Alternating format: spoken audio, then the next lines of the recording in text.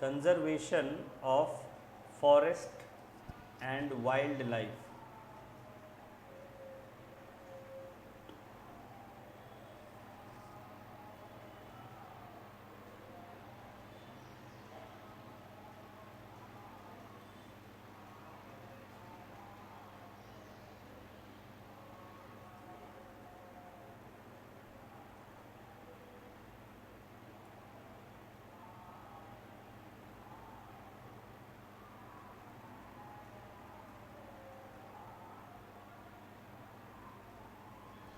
Okay, so पहले क्या करता है आदमी अपने अनजाने में या जानबूझकर अपने फ़ायदे के लिए, अपने काम के लिए, अपने लालच के लिए जंगलों को तबाह करता है, जानवरों का शिकार करता है, जानवरों को मारता है। फिर जब उसके नुकसान होने शुरू होते हैं तो उसे समझ में आता है कि अरे इसका तो बड़ा नुकसान है, इसके बिना तो हम जीवित नहीं रह सकते हैं, पूरा माहौल ख़राब हो गया है इनके बिना। बड़ा सुंदर था पहले माहौल, जब जंगल थे, जीव जानवर थे, और अब जो है वो माहौल नहीं रहा। देखिए आजकल लोग शिकायत करते हैं, क्या हो गया है, ऐसा हो गया है, वैसा हो गया है, हैं? बुज़ुर्ग लोग से देखिए तो हर चीज़ की शिकायत, अब कुछ नहीं रहा, न सभ्यता रही, न कुछ रहा। ठीक है, तो भाई यहाँ तक आया कैसे? हम लोग तो अभी आए हैं, आप ही लोग न लाए यहाँ तक। यहाँ तक कौन लाया? जो हमसे पहले थे वो आप ही लोग न लाए कि अपने आप आ गया? हम लोग तो अभी हैं, अब हम लोग लाएंगे, जहाँ भी ले जाना होगा हम लोग भी शायद और बर्बाद करें, तो अलग बात। तो आप लोग शिकायत कर रहे हैं कि ये हो गया, तो आप ही लोग के कारण न हुआ है। तो यही मैं बता रहा हूँ कि इंसान का इसी तरह चलता रहता है कि पहले उसको अपने फ़ायदे के लिए करता है और बाद में उसका फिर नतीजे देखता है तो उसको लगता है कि हाँ ये तो बड़ा नुकसान वाली चीज़ है, हमने ऐसा कर दिया, जानवरों को मार दिया, जंगलों को काट दिया, अब हरा भरा कहीं दिखता नहीं। अब शहर में छत पर देखिए गार्डन लगा रहे हैं, सरकार उसके लिए सब्सिडी भी दे रही है कि भाई छत पर लगाइए बगीचा, आसपास नहीं है तो जब आसपास से कट गए, काट दिए, तो छत ही पर लगाना पड़ेगा। बड़े शहरों में देखिए, बॉम्बे सब में अब छत पर गार्डनिंग का कल्चर, ठीक है, छत ही पर लगता है या बिल्डिंग्स पर लगता है। बड़े बड़े शहरों में, लंदन या देखिए, बिल्डिंग्स के 20वां फ्लोर है और उसके ऊपर गार्डन लगाए हुए। ठीक है, क्योंकि कहीं तो चाहिए, नीचे तो अब रहने नहीं दिया, ज़मीन बहुत महंगा है, तो छत पर लगाते हैं वहाँ। चलिए वो भी ठीक है। तो और देखिए हर कोई खोजता है, हरा भरा हर कोई खोजता है, अच्छा लगता है कि हाँ हाँ देखिए घरों में सब गमले सजा रखे हैं, क्योंकि पेड़ पौधे फूल पत्ती देखने में सबको अच्छे लगते हैं। लेकिन जो है ज़मीन पर नहीं रहने देना चाहते हैं कि भाई वहाँ तो घर बनाएंगे, दुकान बनाएंगे, होटल बनाएंगे। खैर, सो when he realizes the negative impact or consequences of deforestation, cutting trees, then he starts thinking about the measures to conserve, कि नहीं भाई इनकी रक्षा अब करनी चाहिए। अब दिमाग जागता है कि नहीं नहीं इनको बचा के रखना चाहिए, हम ही लोग का इतना मार दिए, हम लोग के लिए इतना कम बचा है, अब अगली पीढ़ी के लिए तो कुछ बचेगा नहीं, तब अगली पीढ़ी का सोच आता है। तो then he starts taking some measures to conserve forest and wildlife, कि नहीं जंगलों की रक्षा हमें करनी चाहिए, जानवरों की रक्षा करनी चाहिए, बेफिजूल नहीं मारना चाहिए। देखिए इसका एक लेसन हमें दिखता है महाभारत में कि भीष्म पितामह जो थे, तो बचपन में उनको भी शौक था बाकियों की तरह, तितलियों को पकड़ के और उनसे खिलवाड़ करते थे। तितलियां जो होती है, लंबा हेलीकॉप्टर जिसको आप कहते हैं शायद, आप लोग नहीं, अच्छा कोई किसी ने कहा था अच्छा इब्दाल कहता था, हेलीकॉप्टर इब्दाल कहता था, सर हम लोग हेलीकॉप्टर कहते थे।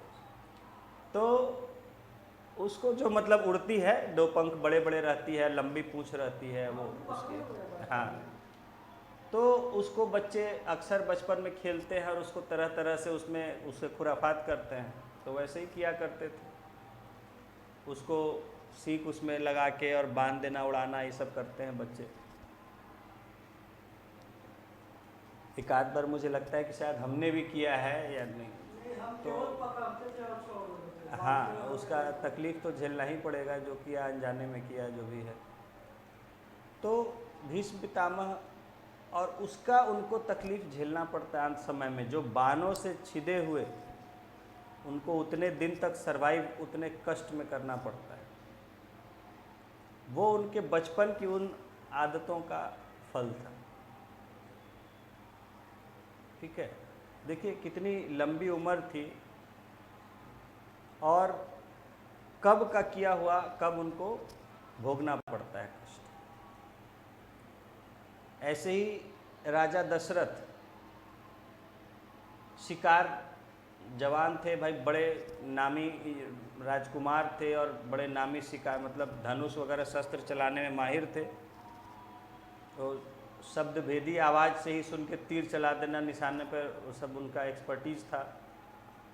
शिकार खेलने जाते थे, ऐसे ही रात में शिकार खेलने गए हुए थे, आवाज़ सुने, लगता है कोई हाथी आया है पानी पीने, कोई जानवर आया है।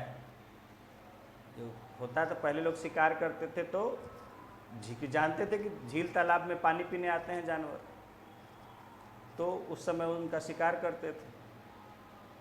तो अंधेरे में थे कहीं जंगल में, और आवाज़ आई, लगा कि कोई पानी पीने जानवर आया है तालाब के पास, तो उन्होंने आवाज़ के डायरेक्शन में लगा दिया तीर जो है। जब तीर चला तो उनको किसी आदमी के चिल्लाने की आवाज़ आई, तब वो घबरा गए, कह रहे ये तो लगता है कोई आदमी है। जानते हैं ये बात? हाँ, जाते हैं वहाँ तो देखते हैं कि भाई तो कोई आदमी है, और उससे फिर पता चलता है कि वो जो है अपने माँ बाप के लिए पानी लेने आया था, तो मर जाता है बेचारा, तो तीर लग गया था उनका। तो उस घटना का जो, और माँ बाप का जो दुख से वो अपना इनको श्राप देते हैं कि हम लोग जिस तरह भी बेटे के तकलीफ़ में मर रहे हैं, अंधे हैं, अंधे होते हैं माँ बाप, तुम भी ऐसा ही कष्ट भोगोगे जो है। और उसी का परिणाम होता है कि अंत में जब राम वनवास चले जाते हैं तो उनके दुख में जो है अंधे हो जाते हैं। तो जब अंधे हो जाते हैं, इनको समझ में नहीं आता है कि हम अंधे क्यों हो गए, मेरी आँख की रोशनी क्यों अचानक चली गई। तो बहुत सोच विचार करते रहते हैं कि ये क्या हुआ, मेरी आँख की रोशनी इतनी तकलीफ़ में और आँख भी रोशनी चली गई, क्या हो गया। तब उन्हें सोचते सोचते सोचते तब बहुत समय बाद ध्यान आता है कि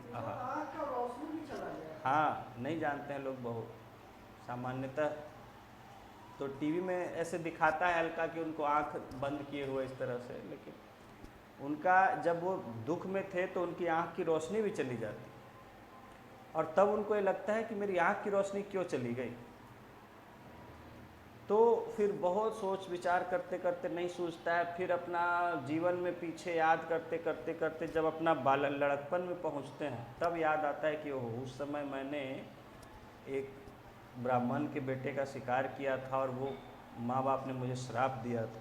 वही श्राप, तब उन्हें एहसास होता है कि किसी का भी जो है बात झूठा नहीं होता है। वो ब्राह्मण का दिया हुआ श्राप आज जो है मुझे इतने सालों बाद आज जाके वो सही साबित हो। तो बेटे का भी विलाप है, बेटा भी गया हुआ है और उसके दुख में, और मैं अंधा भी हो गया हूँ, तो समझ गया निश्चय मौत मेरी निश्चित है, मृत्यु हो जाएगी, और वैसे ही चल बसे। तो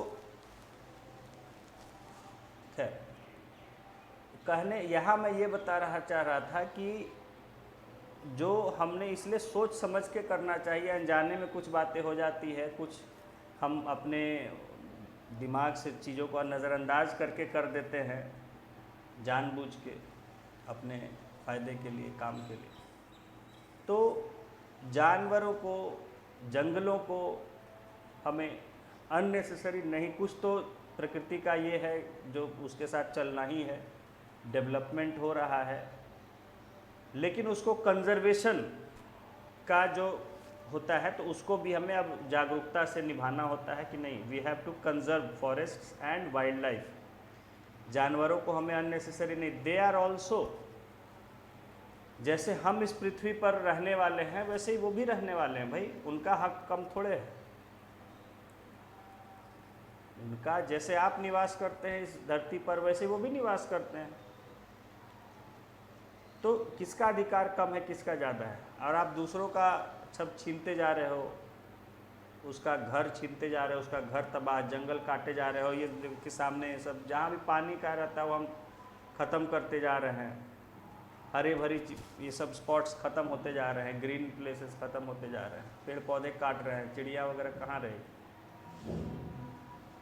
तो उसका नुकसान तो होना है। तो उसके लिए फिर कुछ जो जागरूक हुए लोग, जिनकी बुद्धि खुली, तो उन्होंने जो है कुछ उसके लिए काम किया कि ऐसे कुछ कानून बनाए गए, कुछ ऐसे बनाया गया, व्यवस्था किया गया कि जंगलों की सुरक्षा की जा सके, अननेसेसरी, बिना आवश्यकता या बहुत ज़रूरी हो तभी किया जाए, नहीं तो उसको छोड़ दिया जाए, नहीं काटा जाए। या अब देखिए क्या आ गया है कि भाई आप काटिए तो लगाइए, काटना तो मजबूरी है, कहीं कहीं काटना पड़ता है, लेकिन अगर आप काट रहे हैं तो कानून बन चुका है, तो उसके लिए आपको उसके एवज में इतना लगाना भी पड़ेगा, ठीक है। हाँ, तो उसके बारे में हम लोग जानेंगे क्या क्या उसके लिए है, व्यवस्था है, क्या तरीके हैं। लिखिए फर्स्ट ऑफ ऑल, हाँ एक डेफिनेशन लिख लीजिए। बायोस्फेयर, बायोस्फेयर अंडरलाइन कर देंगे, biosphere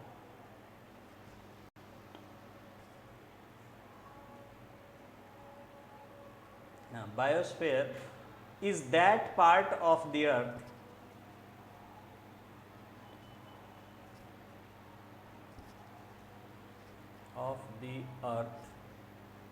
in which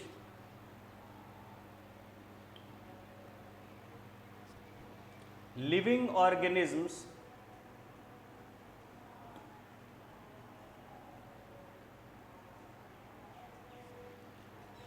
exist or which supports life।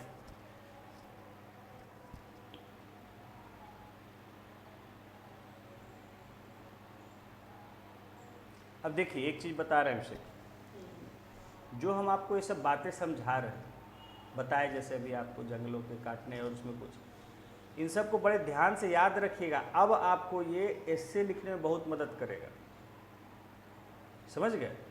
जब आप एस्से लिखेंगे तो उसमें ये बातें आपको मदद करेगी लिखने में, तो इसलिए इन बातों को ध्यान से बड़ा ये सुनिएगा, ये नहीं कि जस्ट एक स्टोरी के रूप में ये है, बल्कि इनको आपको लिखना होगा। अब एस्से आ चुका है आपको, जहाँ कि आपको लिखना होगा ये सब, तो देखना है कि हाँ ध्यान में रखना है। जो मैं ये सब आपको बताता हूँ एग्जाम्पल से इंसिडेंट्स, आपको इससे में फ़ायदा करेगा मेंस में। हाँ, सपोर्ट्स लाइफ, फुल स्टॉप। देखिए बायोस्फीयर को समझ लीजिए क्या होता है। बायोस्फीयर क्या समझते हैं? बायोस्फीयर समझते हैं? रख लिए, अच्छा ठीक है, चलिए। देखिए अब जैसे मान लीजिए कि ये हमारा अर्थ है, ठीक है, ये पेड़ पौधे हैं,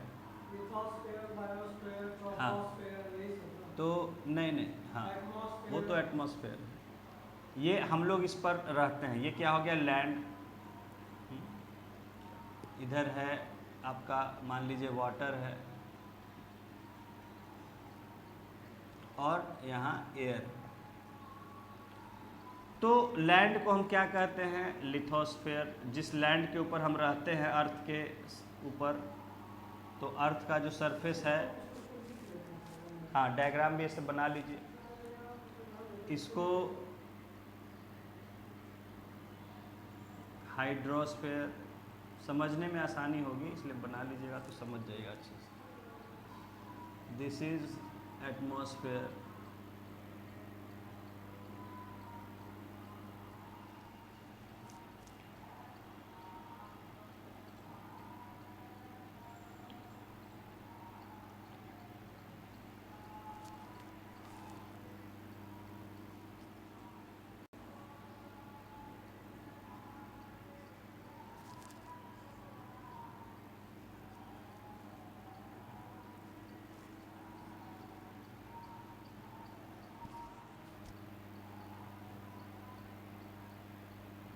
ठीक है।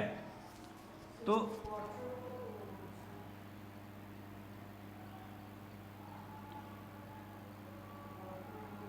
हाइड्रोस्फीयर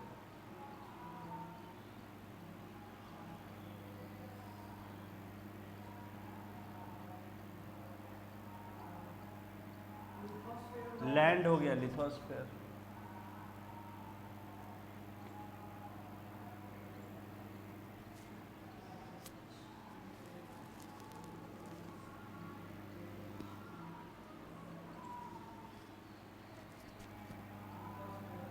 एयर हो गया एटमॉस्फेयर।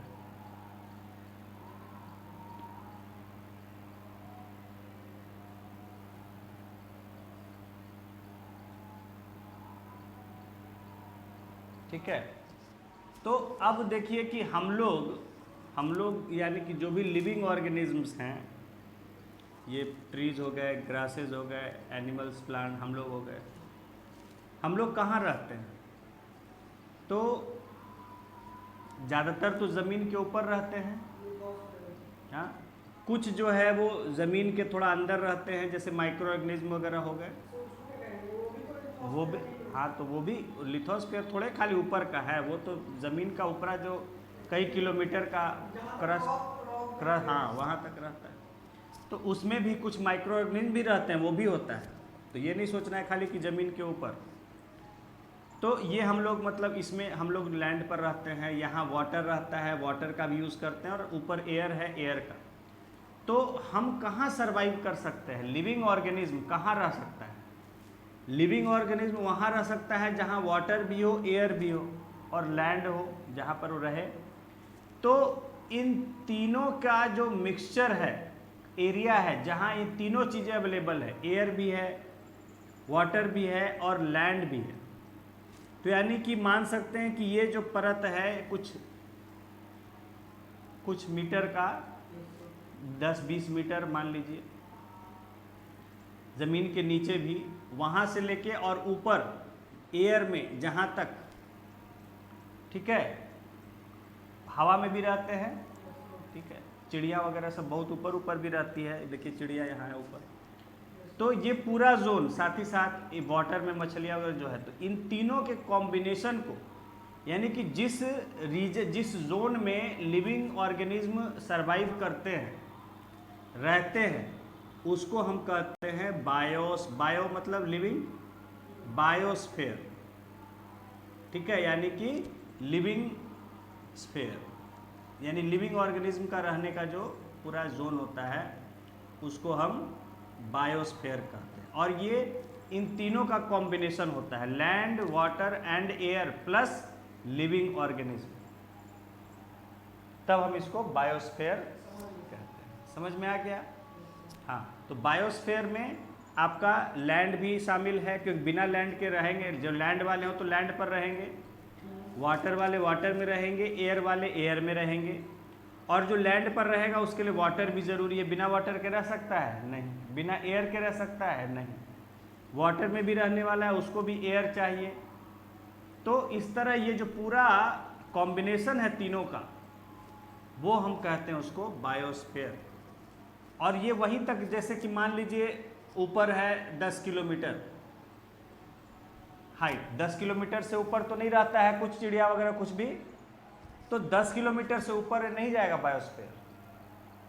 समझ गए? ऐसा नहीं कि पूरा एटमॉस्फेयर हो जाएगा 50-100 किलोमीटर।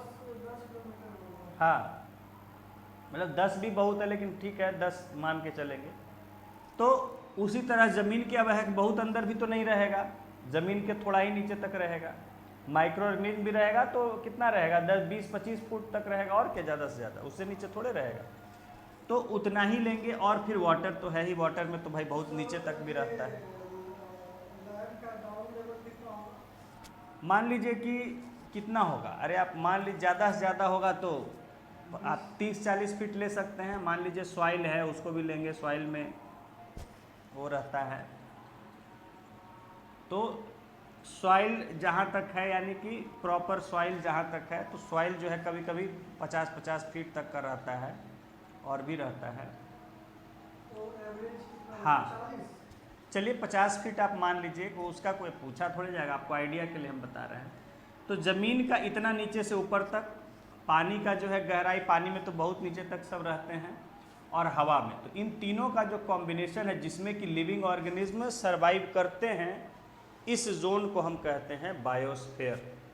अब समझ में आ गया अब अच्छे से, क्लियर? बायोस्फीयर को समझना बहुत ज़रूरी है, अक्सर ये टर्म आता है बायोस्फीयर।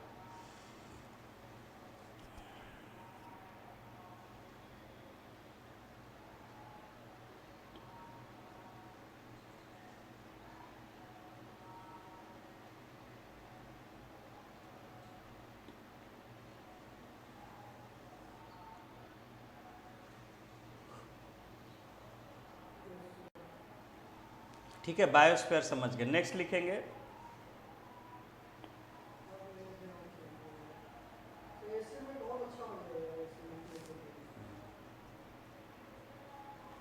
आगे लिखेंगे नेक्स्ट लाइन से, बायोलॉजिकल डाइवर्सिटी। बायोलॉजिकल डाइवर्सिटी, हाँ अंडरलाइन कर लेंगे।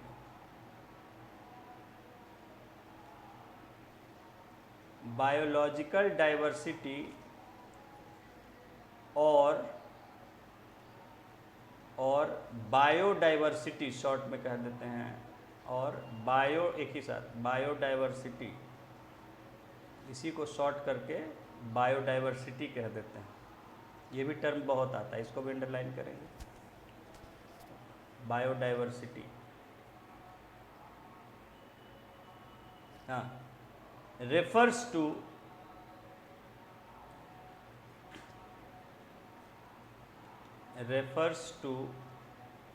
the variety of organisms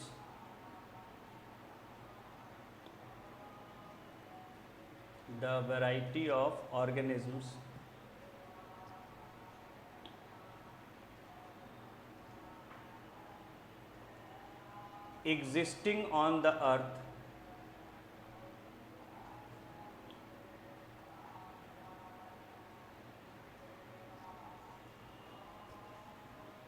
comma their interrelationships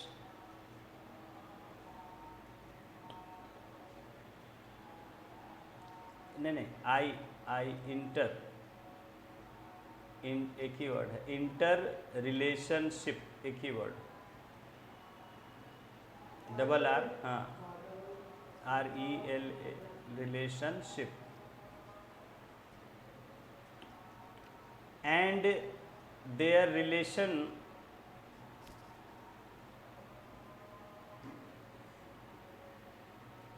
and their relationship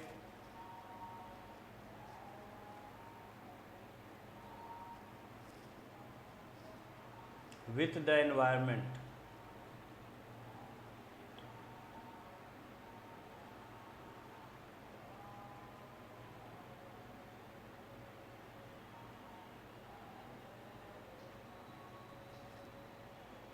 full stop. अब देखिए, बायोलॉजिकल डाइवर्सिटी अक्सर टर्म आता है, बायोडाइवर्सिटी क्या होता है? तो बायोडाइवर्सिटी से हमारा मतलब है, it refers to the variety of organism existing on the earth. कितने वैरायटी, कितने तरह तरह के जीव जंतु रह रहे हैं। जैसे अभी यहाँ देख सकते हैं आप कि कुछ बड़े पेड़ दिख रहे हैं, घास फूस है, आदमी है, चिड़िया हैं। तो कहीं किसी भी जगह पर कितने किस्म के जानवर हैं, कितने किस्म के पेड़ पौधे हैं, कितने किस्म के इंसान हैं, और आपस में उनका किस तरह का संबंध है। ठीक है, कुछ ना कुछ होता है, इंटरेक्शन आपस में होता है। तो इसी को हम कहते हैं, जैसे आपको जैसे पढ़े थे आप ज्योग्राफी में कि कुछ फॉरेस्ट्स हैं, ट्रॉपिकल फॉरेस्ट है, इक्वेटोरियल फॉरेस्ट है, वहाँ आप जाते हैं आपको बहुत ज़्यादा वैरायटी के पेड़ पौधे, घास फूस, जंगली जानवर, छोटे जानवर, बड़े जानवर, पेड़ पर रहने वाले, ज़मीन पर रहने वाले, सांप, बिच्छू, इंसेक्ट्स, बहुत तरह के ऑर्गेनिज्म वहाँ पाए जाते हैं। तो वहाँ का क्या है, कहते हैं बायोलॉजिकल डाइवर्सिटी बहुत हाई है, बहुत रिच है, रिच। कहते हैं, रिच बायोडाइवर्सिटी मतलब बहुत संपन्न है, बहुत तरह के किस्में पाए जाते हैं। और कहीं कहीं चले जाइएगा डेजर्ट में या कहीं के फॉरेस्ट में मुश्किल से 1-2 वैरायटी आपको मिलेगा, कुछ वैरायटी के पेड़ पौधे होंगे, कुछ वैरायटी के जानवर, तो वहाँ आप कहेंगे it has very poor biodiversity, क्योंकि वैरायटी है ही नहीं वहाँ, हार्डली 1-2 तरह के जानवर ही देखने को मिलते हैं। तो बायोडाइवर्सिटी समझ गए क्या है? The variety of organism living in an area. कितने किस्म, इसमें सब आते हैं, इसमें पेड़ पौधे भी आते हैं, इसमें जानवर भी आते हैं, छोटे जानवर, बड़े जानवर, insects, micro organisms, human beings, सब कोई इसमें आते हैं। तो variety of organism living in an area, their inter relationship, आपस में उनका क्या इंटर रिलेशनशिप होता है, किस तरह से, और उनका अपने माहौल, अपने एनवायरनमेंट से किस तरह का एनवायरनमेंट से माहौल रहता है। तो हम कहते हैं कि बायोडाइवर्सिटी इनका बहुत रिच है। समझ गए बायोडाइवर्सिटी से क्या मतलब है? तो ये सब इम्पॉर्टेंट टर्म है इस टॉपिक में आपको समझने के लिए। बायोस्फीयर, बायोडाइवर्सिटी, आपसी संबंध, हाँ आपसी तालमेल, ठीक है। जैसे देखिए अब वातावरण में क्या प्रभाव कहीं, हाँ कहीं जंगल में बहुत किस्म के जानवर हैं और उसमें मान लीजिए एक किस्म का जो जानवर है वो सबको मारने की कोशिश करता है, तो क्या होगा कुछ दिन के बाद, अगर वो ताकतवर होगा, मारने में सक्षम होगा, तो सबको मार देगा, अकेले बचेगा, बायोडाइवर्सिटी बचेगी वहाँ पर? नहीं, एक ही खाली वही रह जाएगा। और अगर जानवर समझ, हाँ वो समझते हैं कि भाई ठीक है सबका रहना, हमको भूख लगेगा तो हमको खाने के लिए मारना होगा। इंसान भी है, इंसान भी एक तरह का जानवर ही है, ठीक है। हाँ हाँ, ऐसे जनरली हम लोग पढ़ रहे हैं तो हम लोग वाइल्ड लाइफ के लिए कंसिडर करते हैं, ठीक है। हाँ लेकिन इंसान भी आएगा, हाँ विथ, हाँ उन्हीं का मतलब एक तो आपस में उनका संबंध और अपने आसपास के माहौल से, पर्यावरण से कैसा उनका संबंध है, समझ गए। देखिए हम लोग सोचते हैं कि हम लोग इंसान हैं, आदमी हैं, बड़े डेवलप्ड हैं, दिमाग वाले हैं, ये हैं वो हैं। आप देखिएगा कि जानवर अपने माहौल, अपने पर्यावरण को सबसे कम नुकसान पहुंचाते हैं, कोई नुकसान नहीं पहुंचाते हैं, बल्कि वो उसको और बढ़ाने में मदद करते हैं। और आदमी सबसे ज़्यादा तबाही करने वाला है, सबसे ज़्यादा उल्टे पुल्टे काम, नुकसान करने वाले, चौपट करने वाले प्रकृति काम जो है इंसान ही करता है। आप जानवर को देखिएगा बड़े तरीके से रहते हैं और अननेसेसरी ये नहीं कि पानी पीने गए तो कहीं भी कुछ भी कर दिए।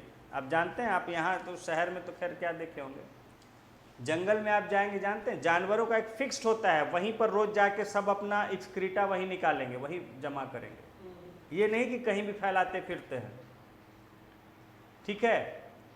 और ठीक है जहाँ अपना ऐसे तो है कि अब चल फिर रहे हैं, कहीं कहीं कर दिया वो अलग बात है, लेकिन ऐसे वो लोग नहीं करते हैं।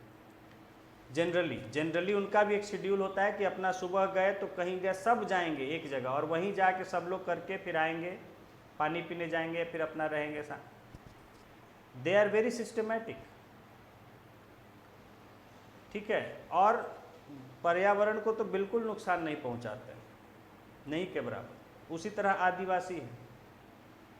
और हम लोग जो शहरी मानते हैं, बड़ा सबसे ज़्यादा बर्बाद हम ही लोग, हर चीज़ को बिगाड़ करने में, हर चीज़ को जो है तबाह करने में लगे रहते हैं। तो बड़ी अजीब बात है कि जानवरों, तो जानवर का बड़ा अच्छा होता है, जानवरों का, जंगलों में रहने वाले आदिवासी वो लोग जंगलों को बड़ा अच्छा, पर्यावरण को बड़े अच्छे से मेंटेन करके रखता है। हाँ कुछ इग्नोरेंस भी रहता है, कुछ अनजाने में भी करते हैं लोग, जला वला देते हैं बहुत वो लोग अनजाने में, तो खैर कुछ है। Anyway, so we understood the biodiversity, biosphere. Now देखते हैं अब हम लोग, जैसे कि लिखिए टू प्रोटेक्ट, इसी में ना। हाँ नेक्स्ट, नहीं नेक्स्ट पैराग्राफ से लिखिए, नेक्स्ट पैराग्राफ से, to protect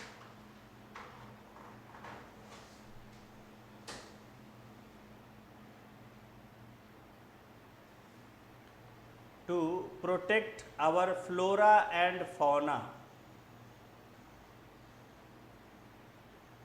protect our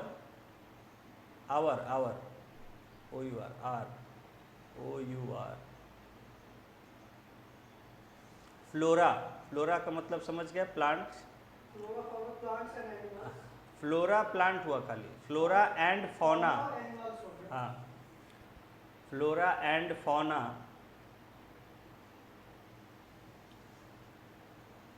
and their habitats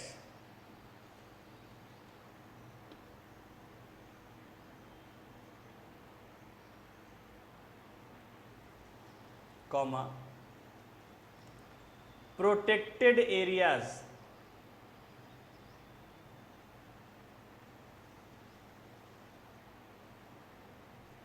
called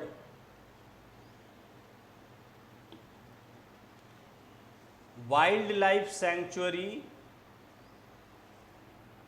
wildlife एक साथ, wildlife sanctuary, SANCTUARY, sanctuary TUARY, comma national park, सब कैपिटल से स्टार्ट कर, national park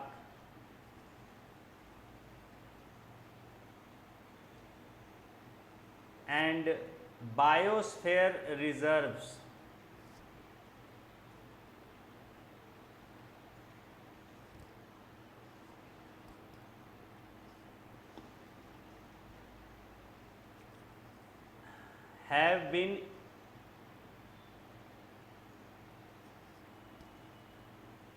have been established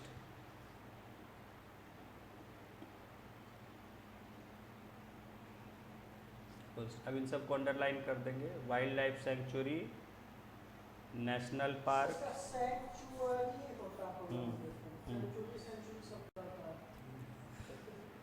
teacher भी सेंचुरी करते हैं।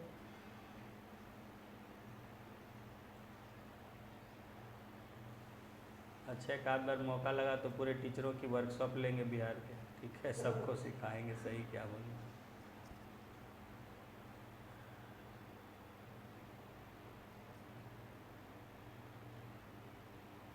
हाँ तो क्या है कि जब आदमी जागा कि हमें अपने पेड़ पौधे जानवरों और उनके हैबिटेट यानी उनके रहने का जगह, निवास, ठीक है, हैबिटेट आप पढ़ चुके हैं, उनके हैबिटेट की भी हमें रक्षा। भाई एक बात बताइए, आपको कोई घर से निकाल के कहीं और आप रह पाइएगा? नहीं रह पाइएगा। जिसका जो घर है अपना, वही वो रहता है नेचुरली। रहने को तो कहीं भी रह जाता है, मजबूरी में अलग बात है। अब एक दिन हम आ रहे थे उस दिन मुजफ्फरपुर से, या कहीं थे रास्ते में, तो हाँ मुजफ्फरपुर में ही देख रहे थे, हाँ मुजफ्फरपुर, तो देख रहे हैं एक आदमी जो है मोपेड पर जा रहा था और मोपेड पर सुअर को रखे हुए था बीच में, बांध के, हाथ पैर बेचारे का बांधे हुए थे, और उसी के ऊपर पैर वैर रख के बैठा हुआ था। हाँ चला रहा था, नेचुरल है। तो एक तो रखे हुए था, उसको तो रखे ही हुए था, उसके ऊपर अब खैर पैर रखे हुए होगा इसलिए भी कि गिर ना जाए, इसलिए भी सेफ्टी के लिए भी रखा होगा जो भी है। तो और वो पूरा तेज से चिल्लाया जा रहा था, उसको लिए जा रहा था अपना जो। तो किस तरह से ट्रीट करते हैं जानवर को, अब जो है क्या कहा जाए इसका। तो खैर चलिए, हम कह रहे बांध के तो ले ही जा रहा है, उस पर पैरों रखे हुए, उस पर बैठा हुआ है, उसी पर पैर रख के जो है बेचारा पूरा चिल्लाया जा रहा है तेज से, और जा रहा है वैसे उसको लिए हुए।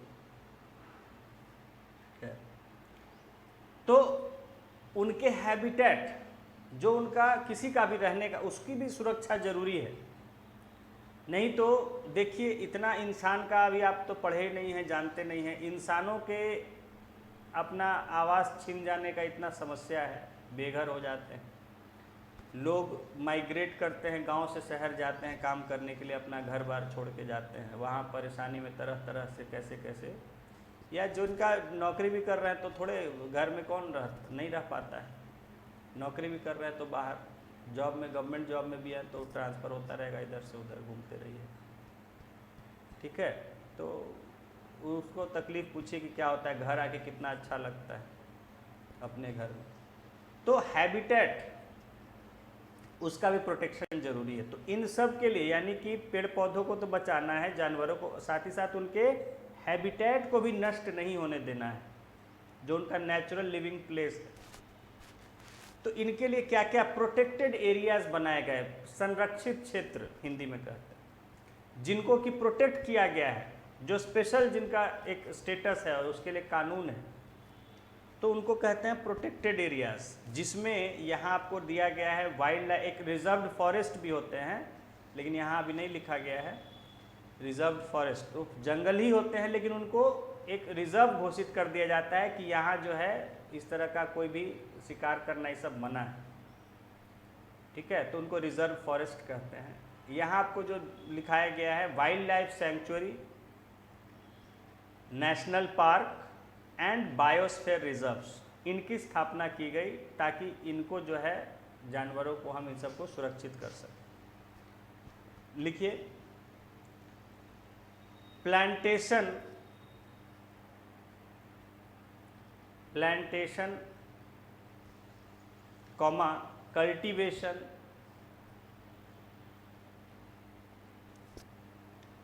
कॉमा ग्रेजिंग, चराना जानवरों, grazing comma felling trees,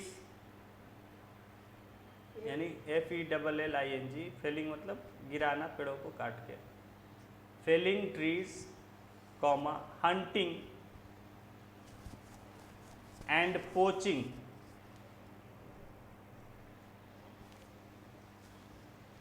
hunting and poaching भी होता है जानवरों को मारना, ठीक है, तो कोचिंग जानवरों को मारना। हाँ,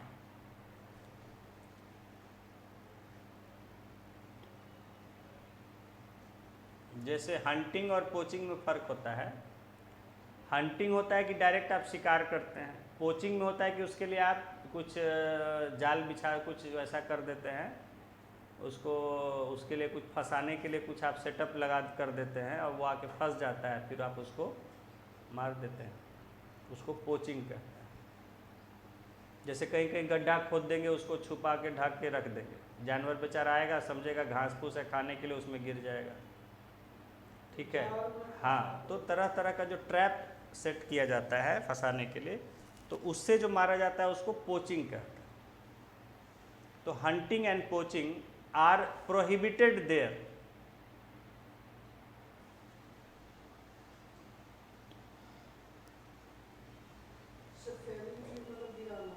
हाँ,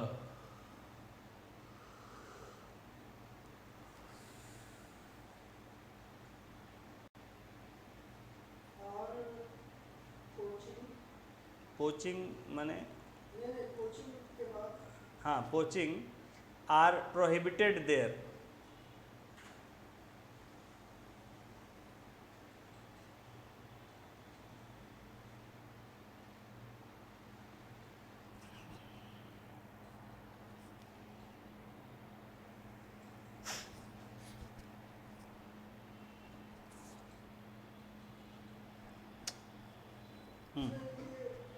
ये तो सुबह में बहुत ठंडा हो जाता है ना, इसको गर्म करके नहीं पीना है। नहीं, कोई दिक्कत नहीं है, गर्म चाहे ठंडा से कुछ फर्क नहीं पड़ता है।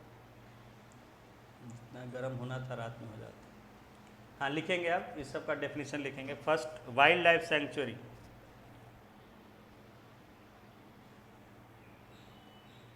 Wild life sanctuary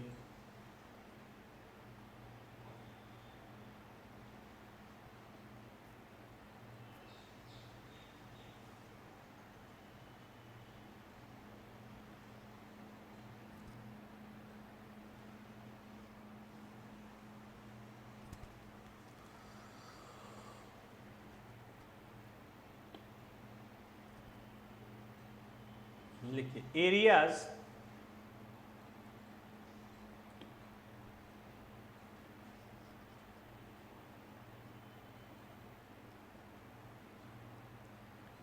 areas where animals are protected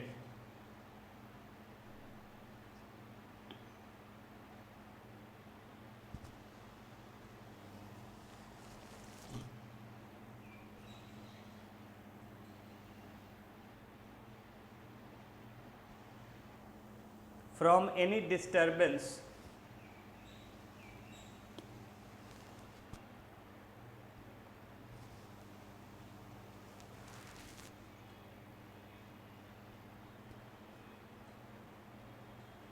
to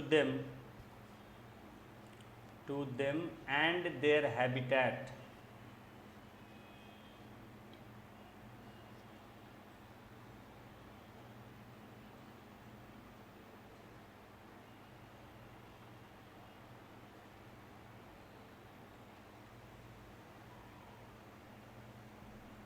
habitat full stop, TAT ई नहीं होता है।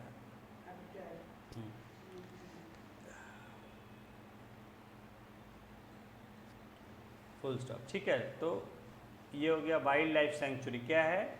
Areas where animals are protected from any disturbance to them and their habitat, कि ये ऐसे क्षेत्र होते हैं जंगलों में ही या कहीं जहाँ की जानवरों को किसी तरह से उनको मतलब डिस्टर्ब भी करना मना होता है और उनके आवास, उनके रहने की जगह में छेड़छाड़ किसी भी तरह का करना मना ही होता है, ठीक है। तो जैसे कि कोई जंगल है, उसके एक पार्ट को हम लोग डिक्लेयर कर देते हैं वाइल्ड लाइफ सेंचुरी, तो वहाँ क्या है कि जहाँ तक उसका बाउंड्री तय हो जाएगा उसके अंदर जाना जो है, छेड़छाड़ करना, उससे जानवर को किसी तरह मतलब तंग करना, डिस्टर्ब करना मना होता है, ठीक है। हाँ, नेक्स्ट है, लिखिए national park.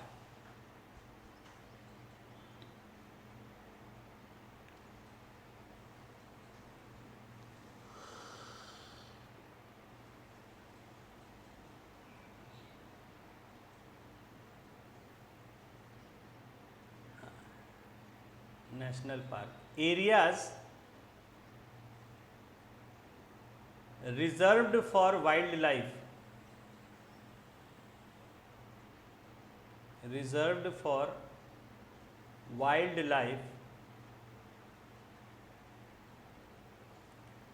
Where they can freely use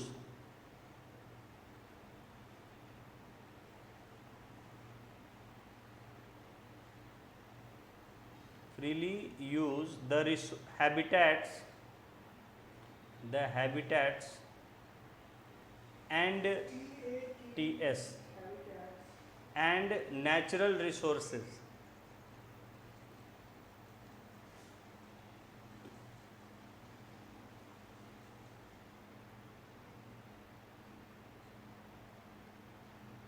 full stop, ठीक है। और एक लिख लीजिए, फिर एक्सप्लेन कर देंगे। नेक्स्ट है biosphere reserve.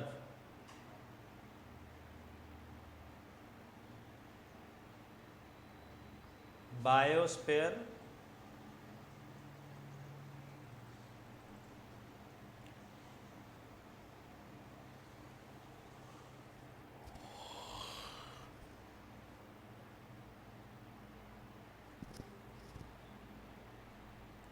Reserve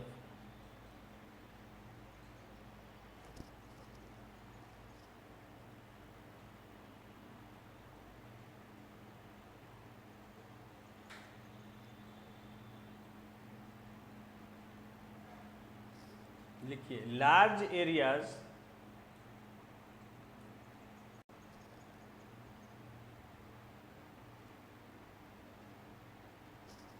of protected land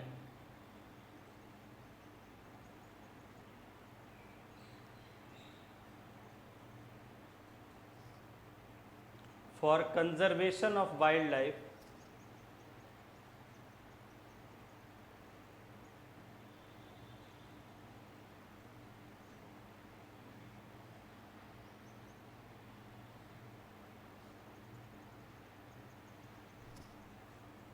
comma plant and animal resources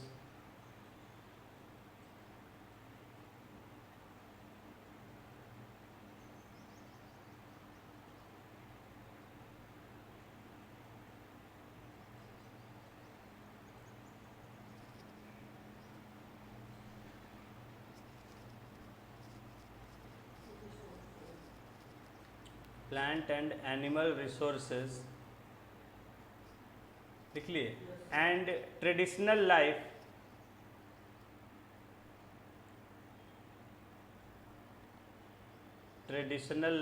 of the tribals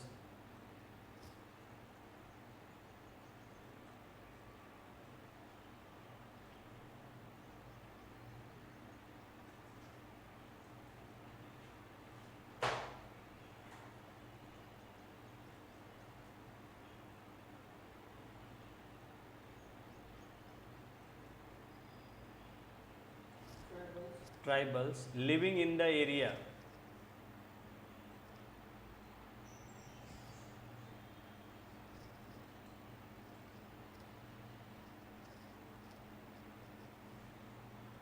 तो देखिए ये तीन तरह के जनरली प्रोटेक्टेड एरियाज होते हैं। ऐसे मैंने बताया आपको पहले कि रिजर्व्ड फॉरेस्ट हैं जो यहाँ नहीं दिया गया है अभी, क्योंकि रिजर्व फॉरेस्ट में होता है कि कानूनी रूप से वो नहीं होता है, मतलब उसके लिए अगर मनाही होता है, ठीक है, लेकिन अब वो कोई इतना देखने के लिए नहीं रहता है, भाई अब कोई कुछ कर ही रहा है तो उसका अब ऐसा नहीं कि उसके लिए कहीं कोई गार्ड लगा हुआ है या कहीं कोई सिपाही चौकीदार है, ऐसा नहीं। वो घोषित होता है कि भाई इसमें मना है, ठीक है, एक आध बार रहता है कि भाई इधर जाना नहीं है, लेकिन अब अंदर कोई घुस गया कर रहा है तो उतना उस पर नज़र नहीं रखा जा सकता है, कितना रखें, लेकिन इन सब पर कड़ी नज़र रखती है।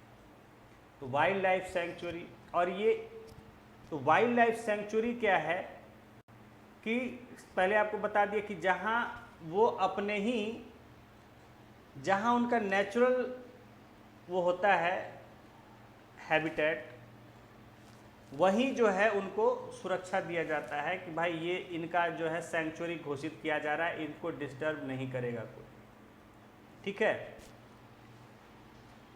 नेशनल पार्क जो होता है इसमें क्या होता है कि ये प्योरली रिजर्व उन्हीं के लिए रहता है, जानवरों के लिए ही रिजर्व रहता है, उसमें फिर बाहर के लोगों को जाना आना नहीं दिया जाता है। वाइल्ड लाइफ सेंचुरी में होता है कि लोग जा सकते हैं लेकिन आपको किसी तरह का डिस्टरबेंस नहीं पैदा करना है, समझ गए। अपना जैसे अब रास्ता है, जंगल है, तो लोग आते जाते हैं उस रास्ते से, तो ठीक है, लेकिन आपको वहाँ अननेसेसरी किसी तरह का कुछ एक्टिविटी नहीं करना है कि डिस्टर्ब।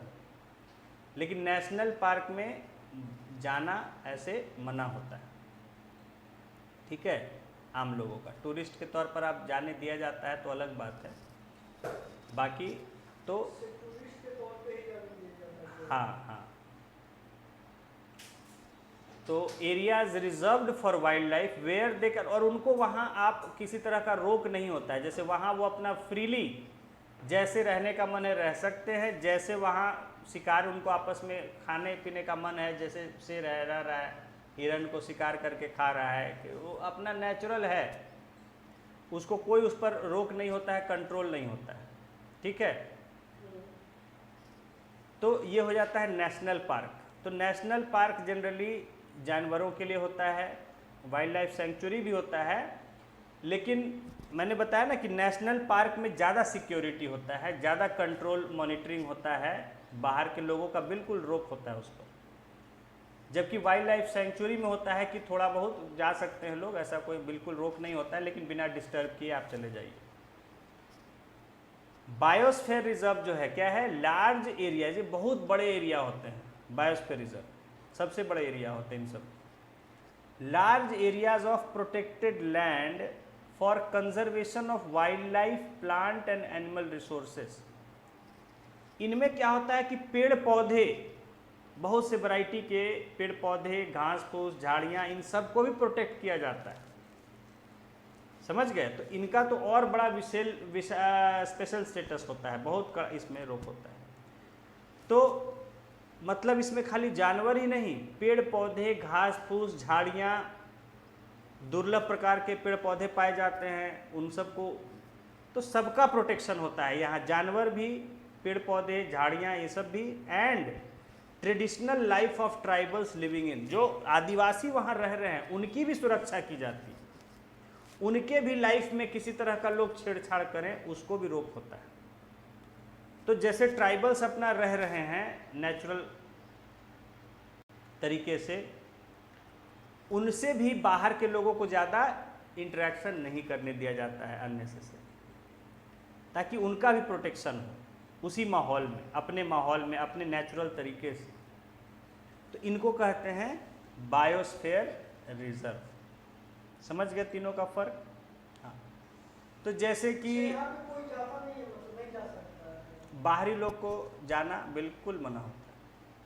तो नेशनल पार्क में जाता है शायद घूमने टूरिस्ट। हाँ, नेशनल पार्क में जाते हैं, या टूरिस्ट के जैसे कि बायोस्फीयर रिजर्व में भी जैसे घुमाने के तौर पर ले जाया जाता है, लेकिन वो आप जाएंगे कंट्रोल्ड वे में, वो आप जाएंगे लोगों की परमिशन से और उनकी नज़र में जाएंगे आप।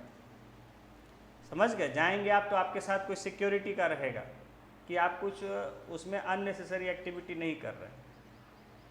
तो ऐसे नहीं है कि मतलब कॉमन वे में लोग आ रहे हैं जा रहे हैं, ऐसा नहीं है, ठीक है? बिल्कुल रोक, इन तीनों में रोक। जैसे वाइल्ड लाइफ सेंचुरी में अलाउड होता है, लेकिन वहाँ बस इस बात का ध्यान रखना होता है कि भाई आप डिस्टर्ब नहीं कीजिए, अपना चुपचाप चले जाइए जहाँ जा रहे हैं। जानवरों से कोई नहीं मतलब है या कुछ नहीं करना, रुकना नहीं है, अपना आना जाना है तो ठीक है। नेशनल पार्क में तो पूरी रोक होती है, वहाँ तो आप घुस नहीं सकते हैं बिना परमिशन। हाँ, और बायोस्फीयर रिजर्व, हाँ हाँ हाँ। तो वाइल्ड लाइफ सेंचुरी में क्या है कि बस जैसे जानवर लोग वहाँ देखा जाता है कि हाँ यहाँ हाथी लोग रहता है या कोई जानवर रहता है, तो उसको अगर डिक्लेयर कर दिया तो उतने एरिया में होता है कि भाई अब उनको आपको डिस्टर्ब नहीं करना है, आप चले जाइए बागी बगल से, मतलब जो उतना एरिया जो है डिलिमिट बाउंड्री कर दिया, आइडेंटिफाई कर दिया, उसके बाहर से आपको चले जाना है बिना उन लोग को डिस्टर्ब किए। तो वाइल्ड लाइफ सेंचुरी में उतना कड़ाई कानून नहीं होता है, लेकिन नेशनल पार्क में जो है, नेशनल पार्क जहाँ होते हैं बहुत वैरायटी के जानवर होते हैं। वाइल्ड लाइफ सेंचुरी जनरली एक आध जानवर की वैरायटी पर फोकस होता है। नेशनल पार्क में बहुत सारे वैरायटी होते हैं और उनको अपना फ्रीली उनको रहता है, कोई नहीं, उनको ये नहीं, अपना नेचुरल जैसे वो जिएंगे वैसे रहेंगे, ठीक है? हाँ। बायोस्फीयर रिजर्व में क्या होता है फ़र्क कि जानवर, उनके साथ साथ पेड़ पौधे, झाड़ियाँ, तरह तरह के मतलब छोटे छोटे बहुत फूल के पौधे, ये सब तरह के, उनको भी सुरक्षा किया जाता है। साथ ही साथ जो उस जगह में रहने वाले आदिवासी हैं, जो जंगलों के साथ ही रहते हैं, उनकी भी सुरक्षा की जाती है कि कोई बाहर के लोग उनको डिस्टर्ब ना करें अननेसेसरी। तो ये 3 तरह के जो है प्रोटेक्टेड एरियाज इस्टेब्लिश किया है गवर्नमेंट ने, ठीक है? हाँ, लिखेंगे। हाँ हाँ, लिखेंगे। हाँ, फॉर एग्जाम्पल, नहीं, नेक्स्ट से लिखेंगे, उसमें क्यों लिखेंगे, नेक्स्ट लाइन से लिखिए। हाँ, for example Pachmarhi biosphere reserve. Pachmarhi, Panchgani नहीं, पचमढ़ी इधर पड़ता है, मध्य प्रदेश में पड़ता है, मध्य प्रदेश। पंचगनी अलग है, पंचमढ़ी अलग है। पंचगनी है महाराष्ट्र, पंचगनी है महाराष्ट्र। पंचमढ़ी जो है ये ये मध्य प्रदेश में पड़ता है। इसमें चित्रकूट के आगे पड़ता है पचमढ़ी, ठीक है? उस एरिया में पड़ता है। हाँ, for example Pachmarhi, PACHMARHI,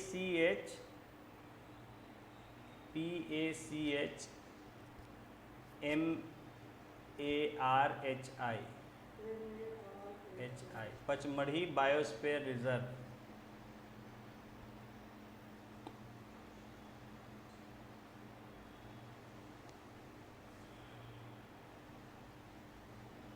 in Madhya Pradesh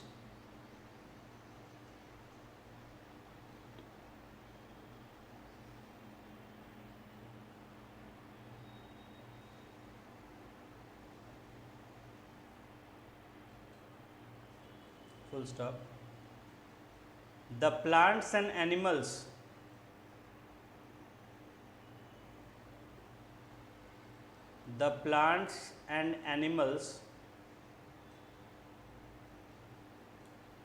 found here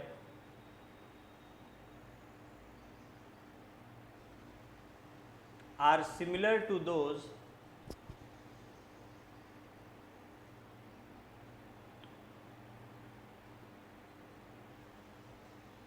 of upper Himalayan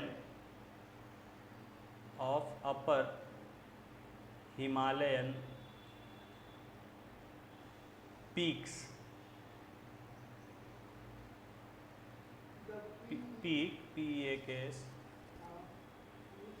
Peaks and to those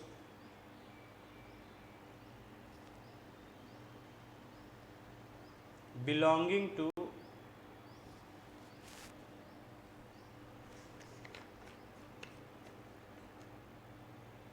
lower Western Ghats.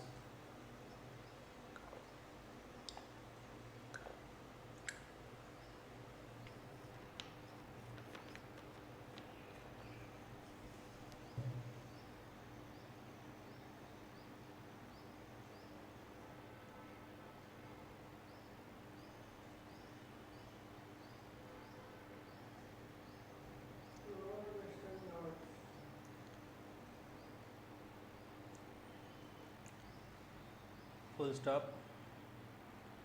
Biodiversity found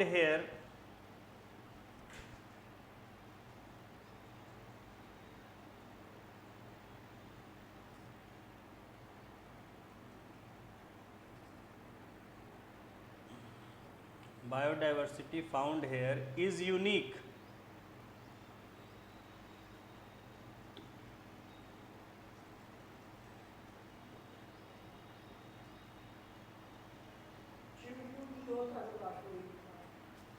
तो देखिए पचमढ़ी जैसे है नेशनल पार्क भी है, बायोस्फीयर रिजर्व भी है वहाँ पर, मध्य प्रदेश का इलाका है जो यूपी से नीचे बस चित्रकूट क्या है।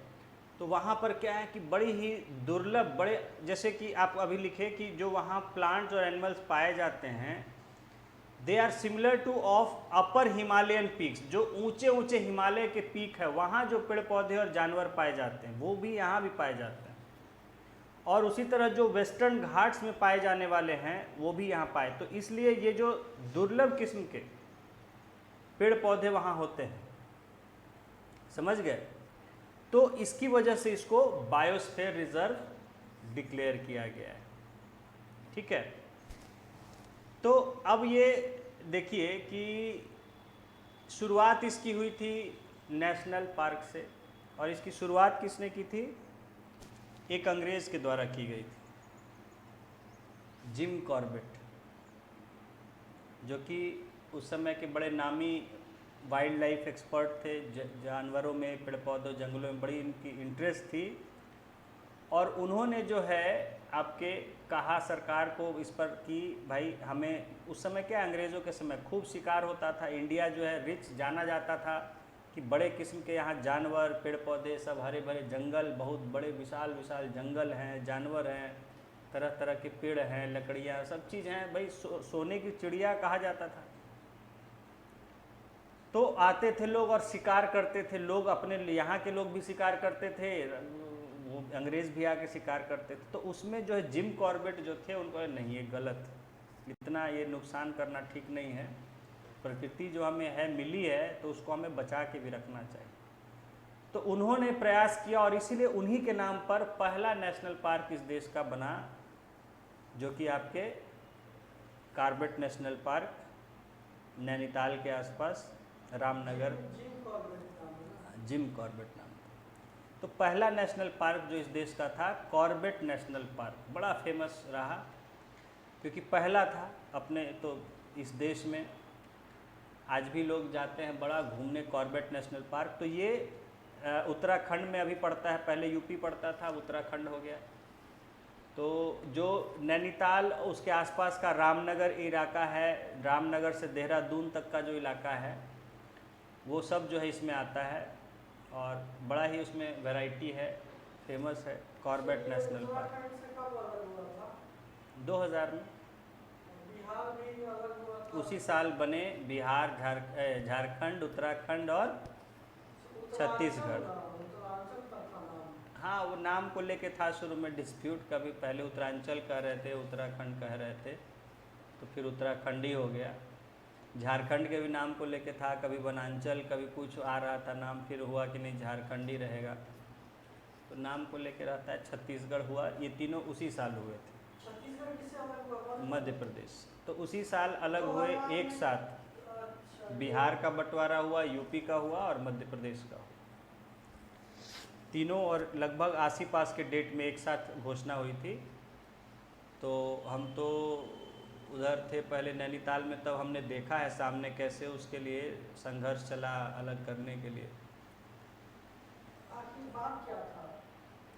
बात ये था कि यूपी का कुछ एरियाज़ का डेवलपमेंट हो रहा था, उधर का डेवलपमेंट नहीं हो रहा था, सुविधाएं नहीं थी, लोगों को कोई ध्यान नहीं देता था उनके विकास पर। तो इसलिए उनकी मांग थी कि भाई हमें आप अलग कर दीजिए, हम पर ध्यान तो देते नहीं हैं, पहाड़ों को आप इग्नोर किए हुए रहते हैं। और सर ये ठीक है, बिहार झारखंड सब जगह वही शिकायत। यहाँ था झारखंड का कि भाई ट्राइबल्स का डेवलपमेंट नहीं हो रहा है, रिसोर्सेज तो सब आप हमारे यहाँ से निकाल के ले जाते हो। देखिए, बिहार का पूरा इंडस्ट्रियल एरिया क्या था, सब झारखंड था, माइनिंग एरिया सब क्या था, झारखंड था। ये सब आदिवासी को चला गया सब, अब कहाँ कुछ है बिहार के पास? कुछ नहीं के बराबर। तो क्योंकि ध्यान नहीं देते थे, आदिवासी समाज के ध्यान में देते थे। हाँ, कि भाई आदिवासी लोग हैं और उनका शोषण हो रहा था, सो अलग शोषण भी हो रहा था, एक्सप्लॉयटेशन हो रहा था। और सर छत्तीसगढ़ क्रिमिनल सेम नहीं, क्रिमिनल की वजह से नहीं, छत्तीसगढ़ का भी यही था कि भाई वहाँ भी ट्राइबल्स का ही उनको कोई भी ध्यान नहीं दिया। मध्य प्रदेश इतना बड़ा राज्य था तो कोई ध्यान नहीं है, ये है वो। मध्य प्रदेश ही पहले सबसे बड़ा राज्य था एरिया में, हमको लगता है मध्य प्रदेश था। हाँ, मध्य प्रदेश था कि उत्तर प्रदेश, सबसे पहले मध्य प्रदेश था। वो टूट जाने के बाद फिर चेंज हो गया, तो छत्तीसगढ़ जो है वो पूरा ट्राइबल इलाका था, वहाँ भी था, उनको कोई ध्यान नहीं देता है, न विकास हो रहा था न कुछ। हुआ कि भाई हमें अलग कर दीजिए, तो इसीलिए अलग होते हैं। 2000 में 3 स्टेट का 3 स्टेट क्रिएट हुए थे एक साथ, 1 महीने के ही अंतराल में तीनों का फॉर्मेशन हो गया था। काफ़ी समय से इनकी डिमांड चल रही थी। उसके बाद फिर और कुछ बटे, तेलंगाना तो इधर बटा कुछ साल पहले। तो 3-4 साल पहले बता है। हाँ, कोरोना काल 5 से साल पहले- हो गया कोरोना से अलग। 2 साल पहले। हाँ।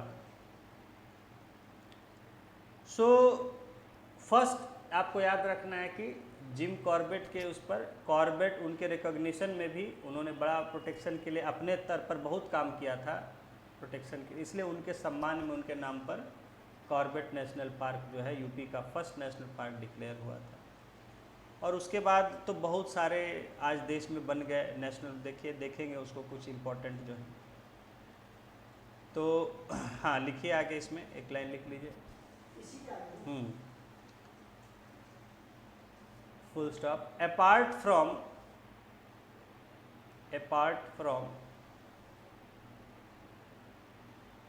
people's personal efforts,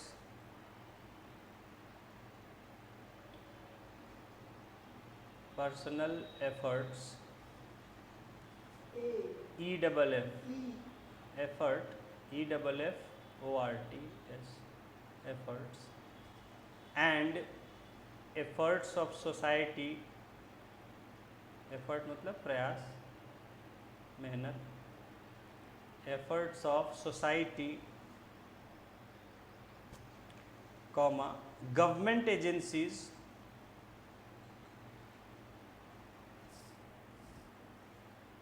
government agencies, also take care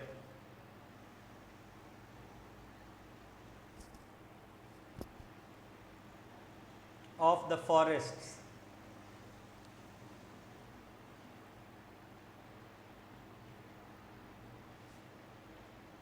and animals.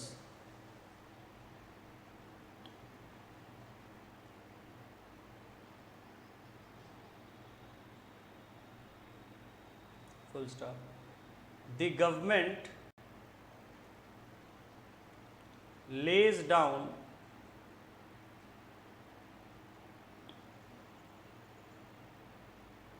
LAYS lays down rules,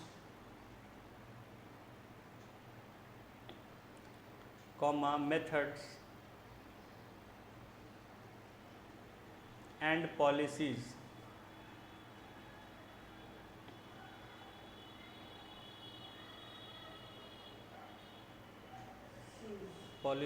to protect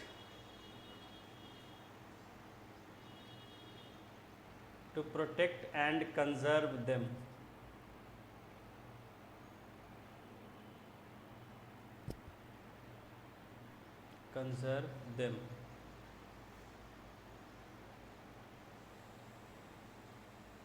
full stop. ठीक है. अब लिखिए नेक्स्ट टॉपिक देंगे 7.4 बायोस्फीयर रिजर्व. हाँ लिख लिए, लेकिन इसको लिखिए अलग से. Biosphere reserve.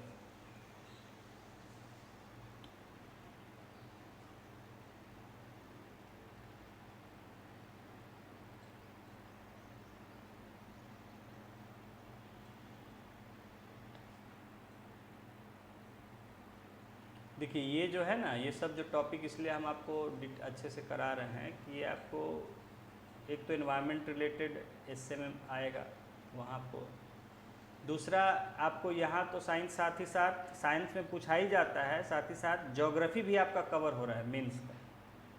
समझ गए? ऑप्शनल का ज्योग्राफी भी ये सब कवर हो रहा है, तो इसलिए कई नज़र से ज़्यादा इम्पोर्टेंट है. हाँ बायोस्फीयर रिजर्व ठीक से समझते चलिए. ये नहीं सोचना है कि खाली पीटी वाला इसमें पॉइंट ऑफ व्यू है, मेंस का भी इसमें बहुत कुछ कवर हो रहा है. हाँ लिखिए biosphere reserves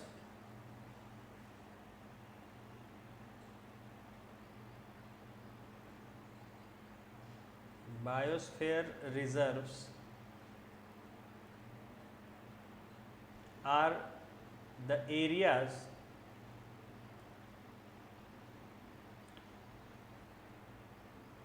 meant for conservation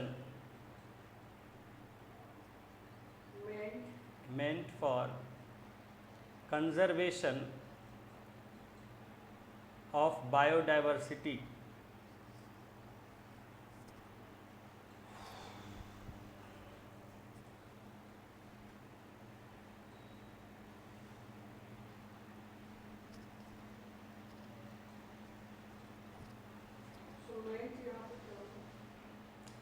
उसके लिए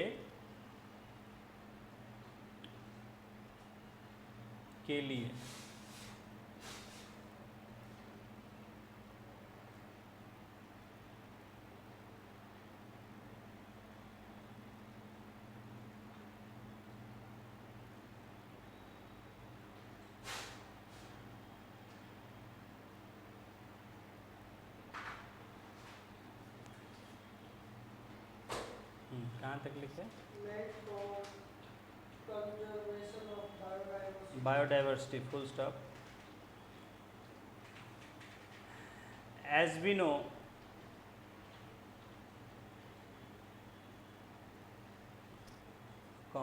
biodiversity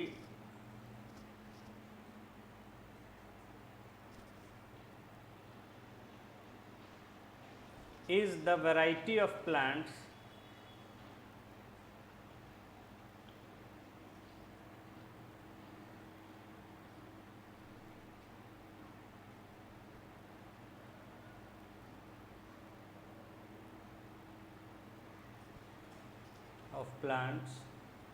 animals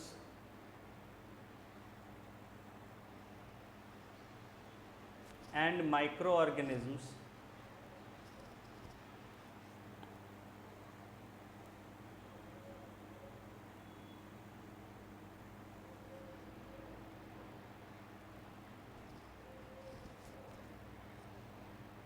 microorganisms generally found in an area, generally found in an area,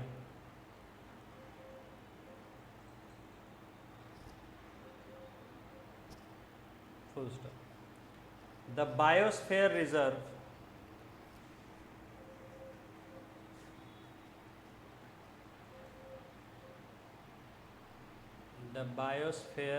reserve helps to maintain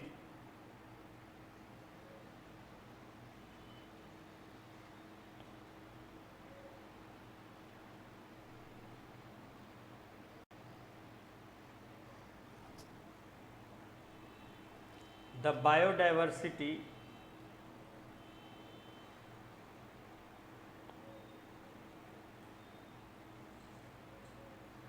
and culture of that area.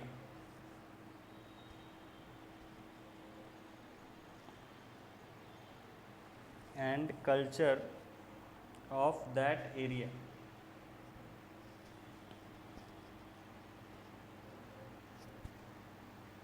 Full stop. A biosphere reserve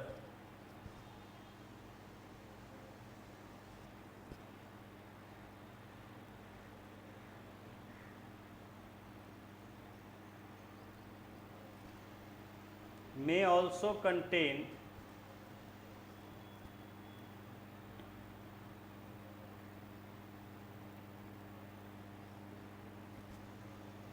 other protected areas in it. Other protected area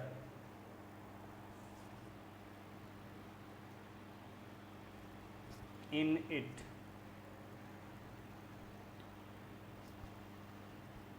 Full stop. So UPSC का question paper सब बन गया होगा, हाँ, अगर होना है तो हाँ, एक महीना 2 महीना पहले बन नहीं जाता है। 1 महीना पहले डेफिनेटली बन जाता है, उससे पहले ही बन जाता है, फिर भेजना रहता है सब जगह, बहुत सारा व्यवस्था करना रहता है। हाँ, in it, full stop. The Pachmarhi national the Pachmarhi biosphere reserve PACHMAARHI,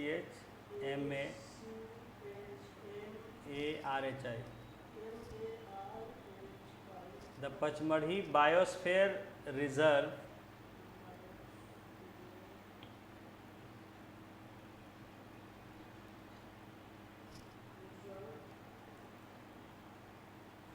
capital से आर, रिजर्व का आर कैपिटल की,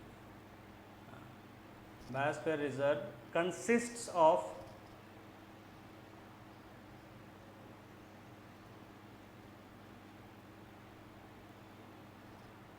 one national park,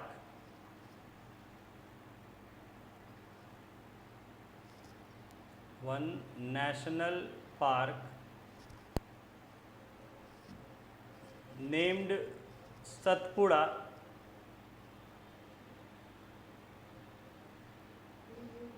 PURA, Satpura, and 2 wildlife sanctuaries, wild life एक ही साथ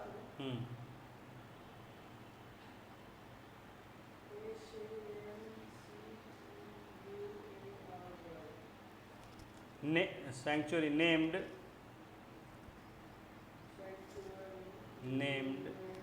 Bori, BORI, Bori and Pachmarhi,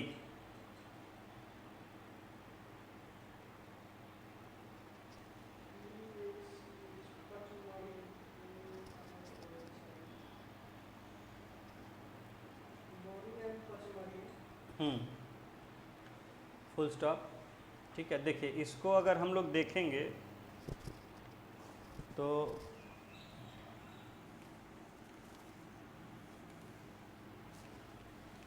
देखिए मैंने बताया कि बायोस्फीयर रिजर्व जो होता है ये काफ़ी बड़ा इलाका होता है, ठीक है, क्योंकि इसमें कुछ जानवर ही नहीं बल्कि जानवर बहुत सारे हैं, पेड़ पौधे उस एरिया के पेड़ पौधे, फूल, झाड़ियाँ, ये सब, और साथ ही साथ वहाँ रहने वाले आदिवासियों सबकी प्रोटेक्शन किया जाता है, सुरक्षा किया जाता है। तो अगर जैसे कि ये मान लें रफली कि इस तरह से एरिया है पंचमढ़ी बायोस्फीयर रिजर्व का,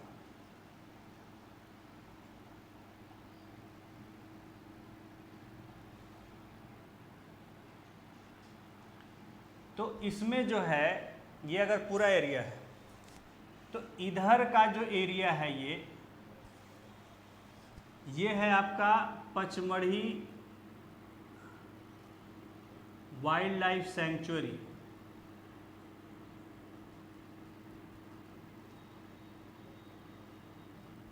इधर का जो इलाका है पचमढ़ी, फिर यहाँ पर ऐसे इसमें जो है इतना इलाका जो है ये है सतपुड़ा नेशनल पार्क।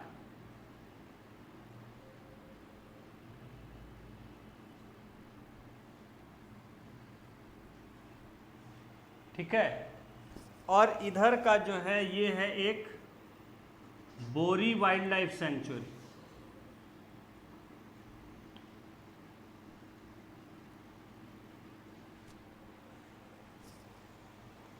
ठीक है, इधर जो है एक यहाँ पर बहुत बड़ा रिजर्वायर है तवा, जिस पर कि एक प्रोजेक्ट है, पावर प्लांट है तवा डैम भी है, इसको तवा डैम या रिजर्वायर कहते हैं। तो ये देख रहे हैं, ये जो इसको पूरा को ही बायोस्फीयर रिजर्व, जिसके अंदर 2-2 वाइल्ड लाइफ सेंचुरी है और एक नेशनल पार्क भी है, समझ गए। तो इस पूरे इलाके को पहले क्या है कि वाइल्ड लाइफ सेंचुरी डिक्लेयर किया गया, नेशनल पार्क बना। हाँ, पूरे को नहीं, पचमढ़ी तो ये भी है, लेकिन ये सेंचुरी है और ये बायोस्फीयर रिजर्व है पूरा इलाका। हाँ हाँ, ये वाइल्ड लाइफ सेंचुरी, इतना एरिया जो है ये सतपुड़ा नेशनल पार्क है, और इधर का एरिया जो है ये बोरी वाइल्ड लाइफ सेंचुरी, और ये पूरा मिला के इतना इलाका जो है उसको हम, हाँ तवा वो ये है डैम, पानी है, झील जैसा रिजर्वायर है बहुत बड़ा, उसी पर तवा प्रोजेक्ट है, पावर प्रोजेक्ट है। तो हाँ, पूरा बायोस्फीयर, तो इसलिए बोले कि जैसे देखिए नेशनल पार्क है, क्या है वहाँ बहुत सारे वैरायटी के जानवर, वाइल्ड लाइफ सेंचुरी है उसमें भी जानवर है, इधर जानवर, और लेकिन यहाँ पर जो अगर पूरे हम चाहते हैं कि इस इलाके में पेड़ पौधे, जानवर और रहने वाले जो आदिवासी हैं उनकी भी सुरक्षा की जाए, तो हमने क्या किया, पूरे एरिया को बायोस्फीयर रिजर्व घोषित कर दिया। समझ गए। तो ये है बायोस्फीयर रिजर्व का कंसेप्ट। हाँ,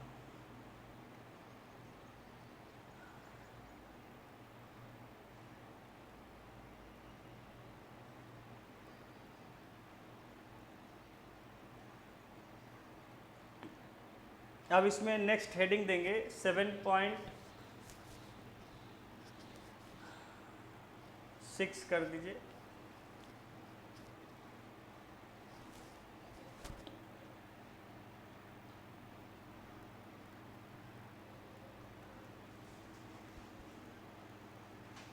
अच्छा एक मिनट, उसको काटिए, अभी काटिए, 7.6 को काट दीजिए।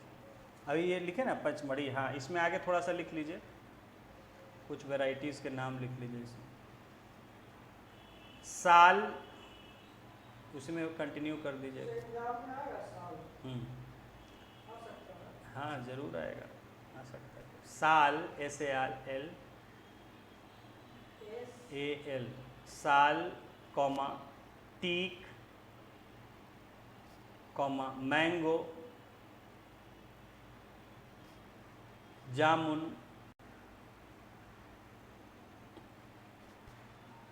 Comma silver fern,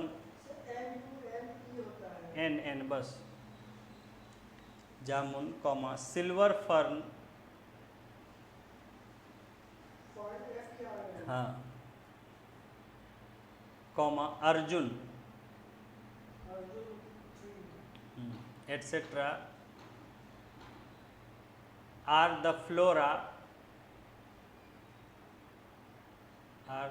flora found hair.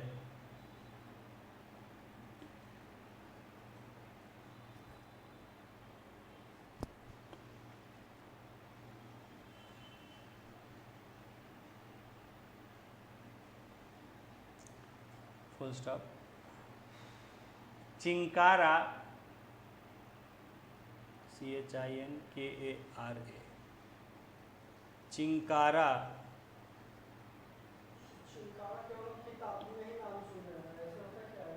नहीं, आप गए नहीं, देखिए बहुत चिंकारा हिरण का एक वैरायटी होता है, आपको यहाँ मिल जाएगा, हैं स्पॉटेड डियर जो होता है, बहुत होता है, यहाँ पर आपको दिख जाएगा बहुत।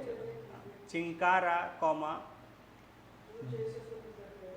हाँ, इसका सही नाम चिंकारा होता है।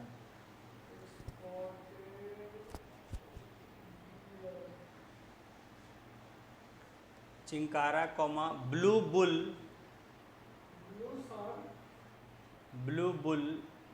वैरायटी होता है उसका, वहाँ पाया जाता है। ब्लूइश होता है, blue bull comma barking dear,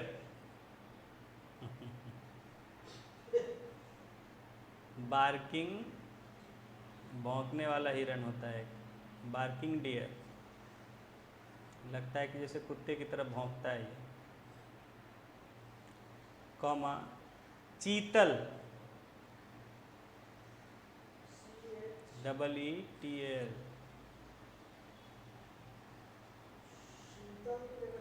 चीतल comma leopard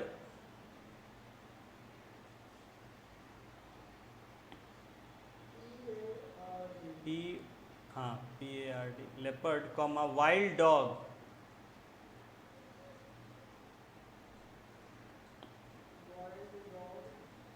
comma wolf etcetera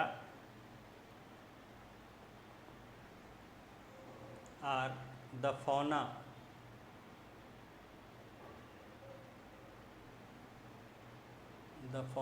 found here.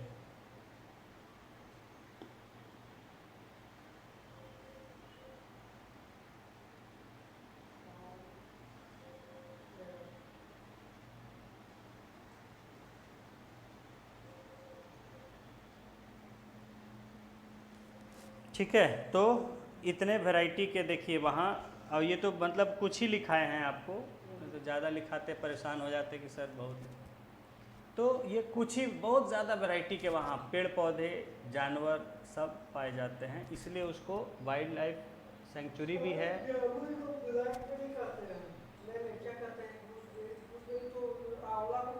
हाँ, जामुन को अलग नाम है उसका, जो इंडियन बेरी कहते हैं एक तरह से उसको, कॉमन वे में इंडियन बेरी कह देते हैं।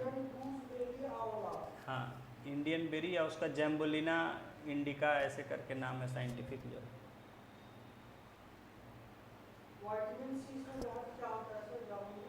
जामुन में तो बहुत सारी चीज़ होता है, खास करके पोटेशियम, और ये होता है जो कि ब्लड प्रेशर के लिए बहुत फ़ायदेमंद, डायबिटीज़ के लिए बहुत फ़ायदेमंद, बहुत फ़ायदेमंद। जामुन भी एक बड़ा विशेष फल है, बहुत गुणकारी, और जितना उसके फल में होता है उससे ज़्यादा उसके बीज में होता है। लेकिन जानते नहीं हैं, खाते कौन है कि नहीं बात है, जानते नहीं, जानने लगे अभी देखिए सब फेंक देते हैं। उसके बीज से इतना बढ़िया डायबिटीज़ का इलाज होता है वो, हाँ, तो नहीं जानते हैं। पहले लोग यही करते थे, पहले क्या है, अब आज एलोवेरा आप इतना महंगा खरीदते हैं, पहले लोग वो पड़ा रहता था उसको जला देते थे, फेंक देते थे उखाड़ के, अभी कितना महंगा बिक रहा है, 1,000 रुपये केजी तक बिक रहा है। ठीक है, तो यही तो है ना, जानकारी जब तक नहीं है हम जीवन के समय को अपना बर्बाद करते रहते हैं। अच्छा जगह पढ़ने के लिए भेजा गया, टाइम पास कर देते हैं जानकारी के अभाव में ना। बाद में एहसास होता है कि कितना बढ़िया मौका मिला था, पढ़ लिए रहते तो आज क्या रहते, लेकिन उस समय सजग नहीं थे। जीवन में सजगता की ही कमी है। सर कौन सा वाइटमिन होता है? वाइटमिन सी होता है। इसमें सी नहीं होता है, दूसरा होता है, बी ग्रुप में से कोई होता है। और इसमें मिनरल्स बहुत ज़्यादा होते हैं, एंटीऑक्सीडेंट्स होते हैं, ठीक है। जामुन में कुछ कंपाउंड्स होते हैं जो बहुत ही शरीर के लिए लाभदायक होता है। हाँ चलिए नेक्स्ट आ जाएगा। अब तो समझ गए, यहाँ के कुछ आपको वैरायटी भी आइडिया देने के लिए लिख दिया कि फ्लोरा और फौना की क्या क्या वैरायटीज़ यहाँ पर पाई जाती हैं। नेक्स्ट लिखेंगे topic 7.6 endemic species.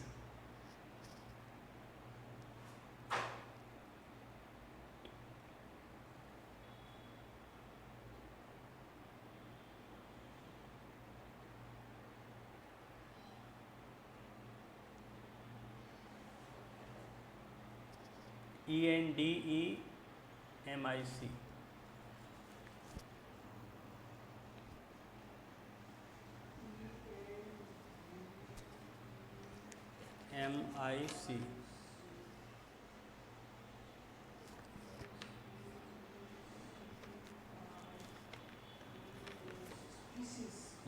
Endemic species.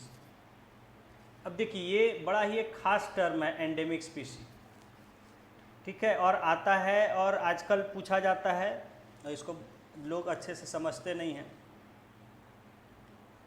Endemic species लिखिए। हाँ बता रहे हैं, वही लिखिए ना।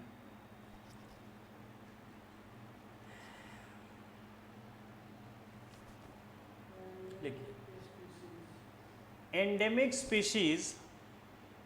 स्पीशीज तो जानते हैं, प्रजाति को बोलते हैं, जानवरों की जाति को प्रजाति कहते हैं। जानवर ही नहीं, मतलब कोई भी ऑर्गेनिज्म जो जीवित प्राणी है, चाहे प्लांट हो, एनिमल हो। और endemic species are those species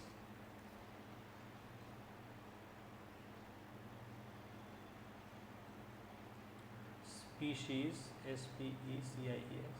of plants and animals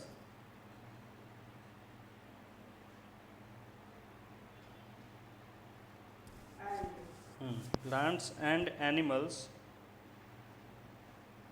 which are found exclusively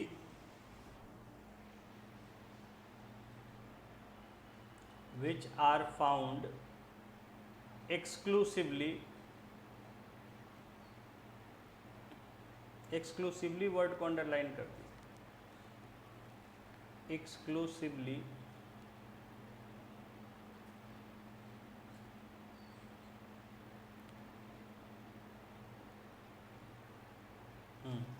in a particular area.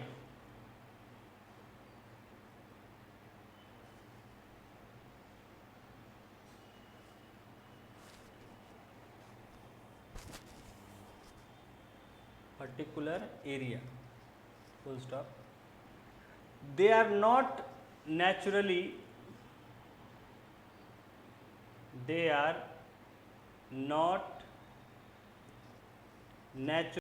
found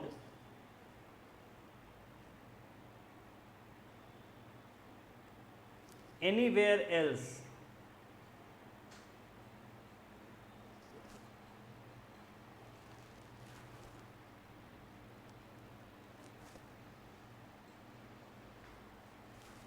Full stop. A particular type of animal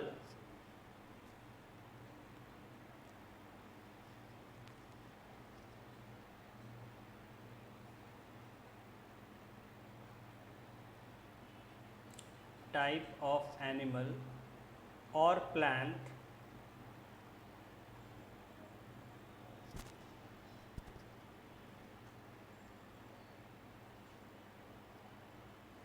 may be endemic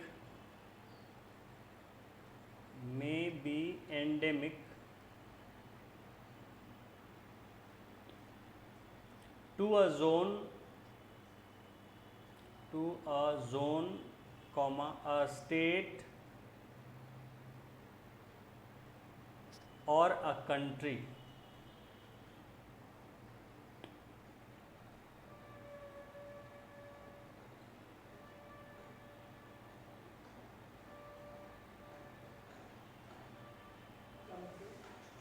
Full stop. साल,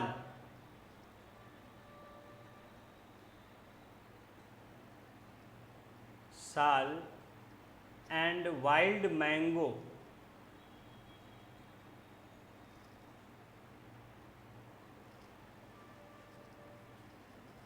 wild mango are endemic flora,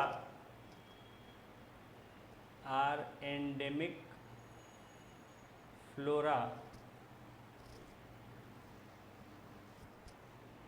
of Pachmarhi biosphere reserve, ARHI, Pachmarhi biosphere reserve.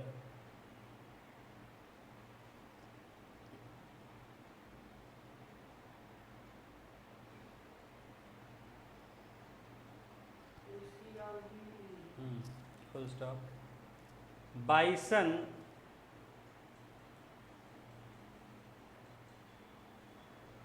Comma, Indian giant squirrel,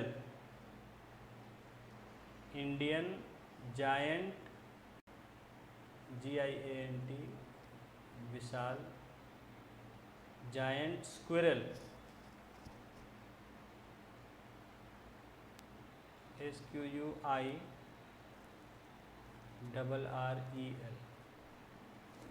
squirrel are endemic fauna,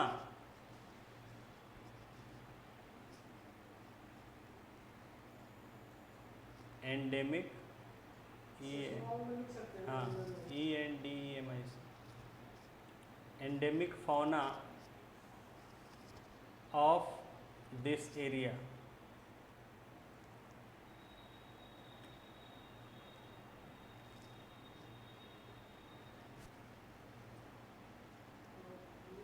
Area,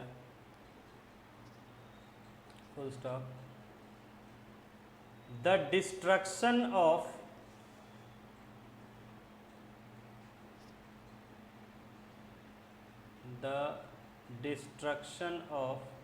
DE होता है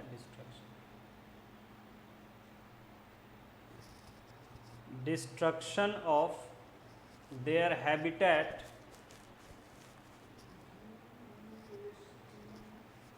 RUCTION, destruction of their habitat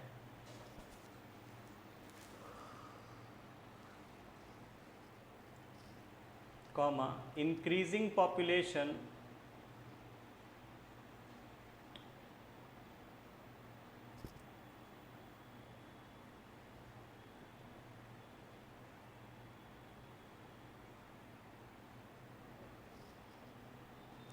and introduction of new species,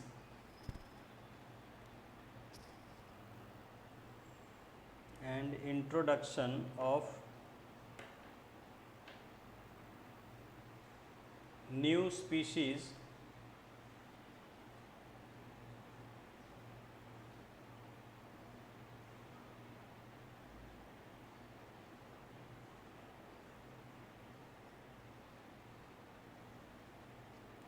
may affect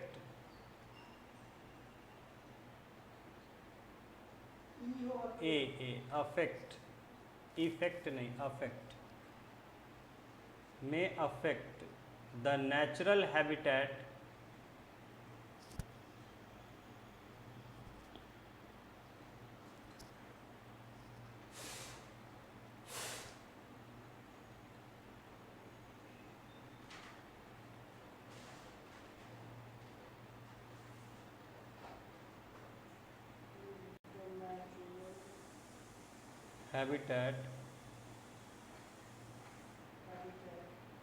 of endemic species,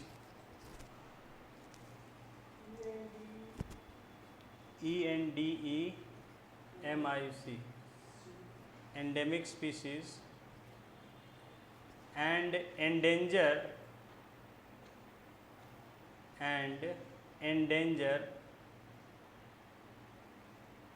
their existence.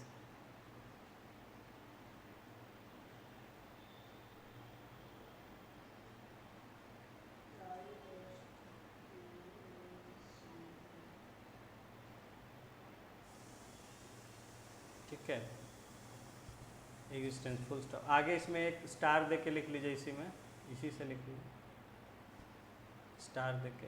हाँ, species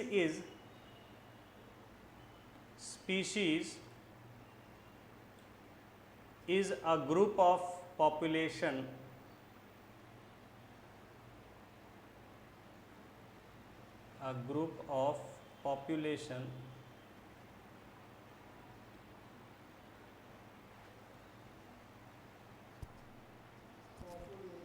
which are capable of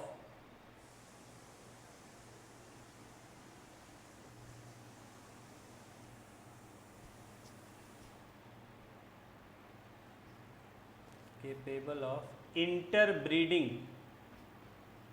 एक ही word है आई, inter BREEDING, breeding, interbreeding, full stop. Interbreeding को underline कर देंगे।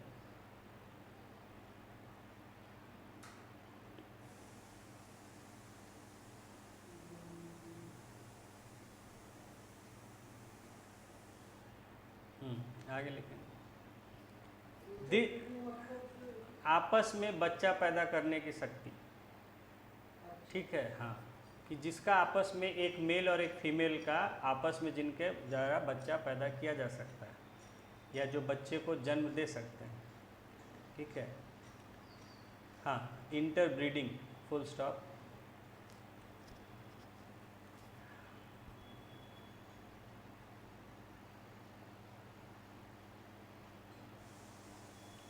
लिख लीजिए, फिर एक्सप्लेन कर दें। Interbreeding,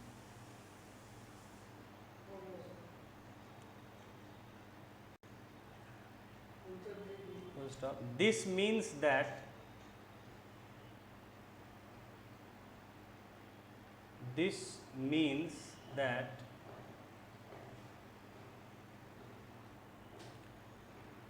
the members of a species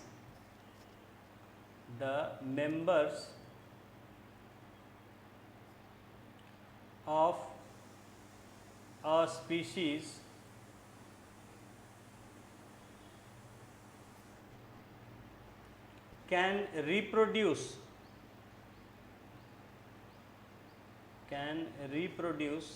अच्छा, इसमें एक और बात कि खाली बच्चा पैदा करने का ही नहीं, बल्कि जो बच्चे पैदा होंगे वो भी आगे बच्चा पैदा करने लायक होने चाहिए।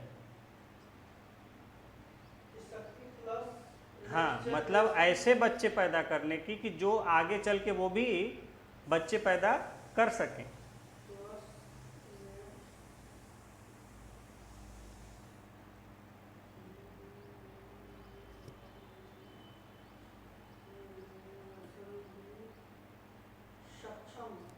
हाँ, भी कैपेबल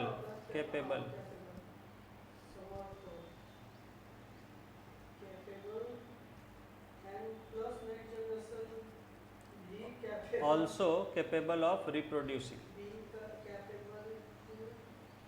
give birth।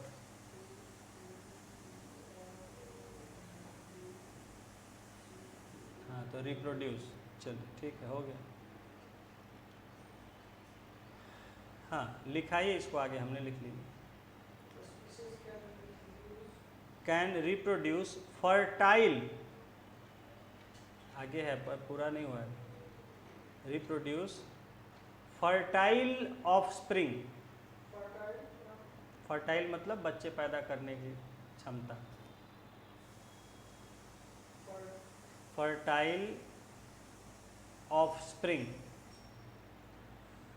OFF, एक ही वर्ड है, SP, हाँ, एक ही वर्ड है, ऑफस्प्रिंग।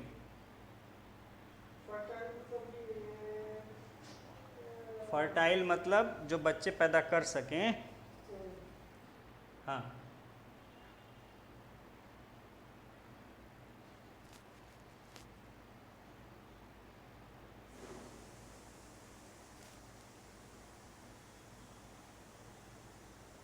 इनफर्टाइल मतलब जो बच्चे नहीं पैदा कर सकता है। फर्टाइल ऑफस्प्रिंग, हाँ, only with the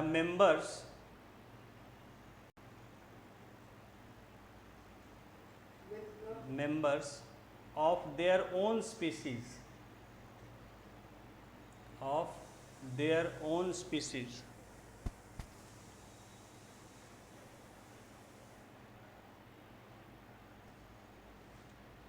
and not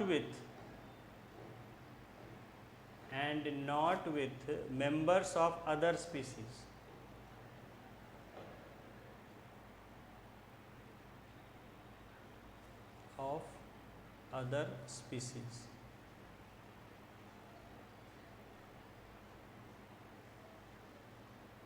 Full stop. Members of a species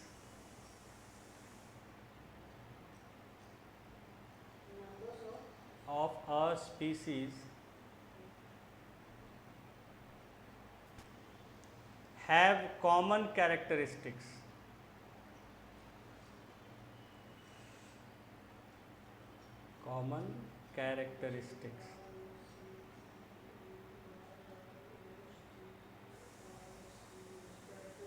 full stop. चलिए इसको समझ लेते हैं, पहले स्पीशीज़ को समझ लीजिए, तब हम एंडेमिक स्पीशीज़ पर जाएंगे। देखिए,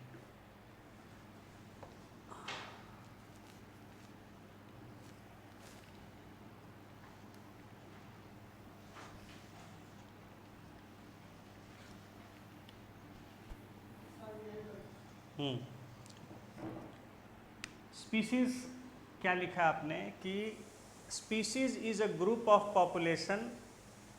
देखिए, स्पीशीज़ को पहले समझ लीजिए, तब एंडेमिक पर आएंगे। लास्ट में स्पीशीज़, हाँ, पहले स्पीशीज़ को समझना है, जो बेसिक टर्म है species. Species is a group of population which are capable of interbreeding.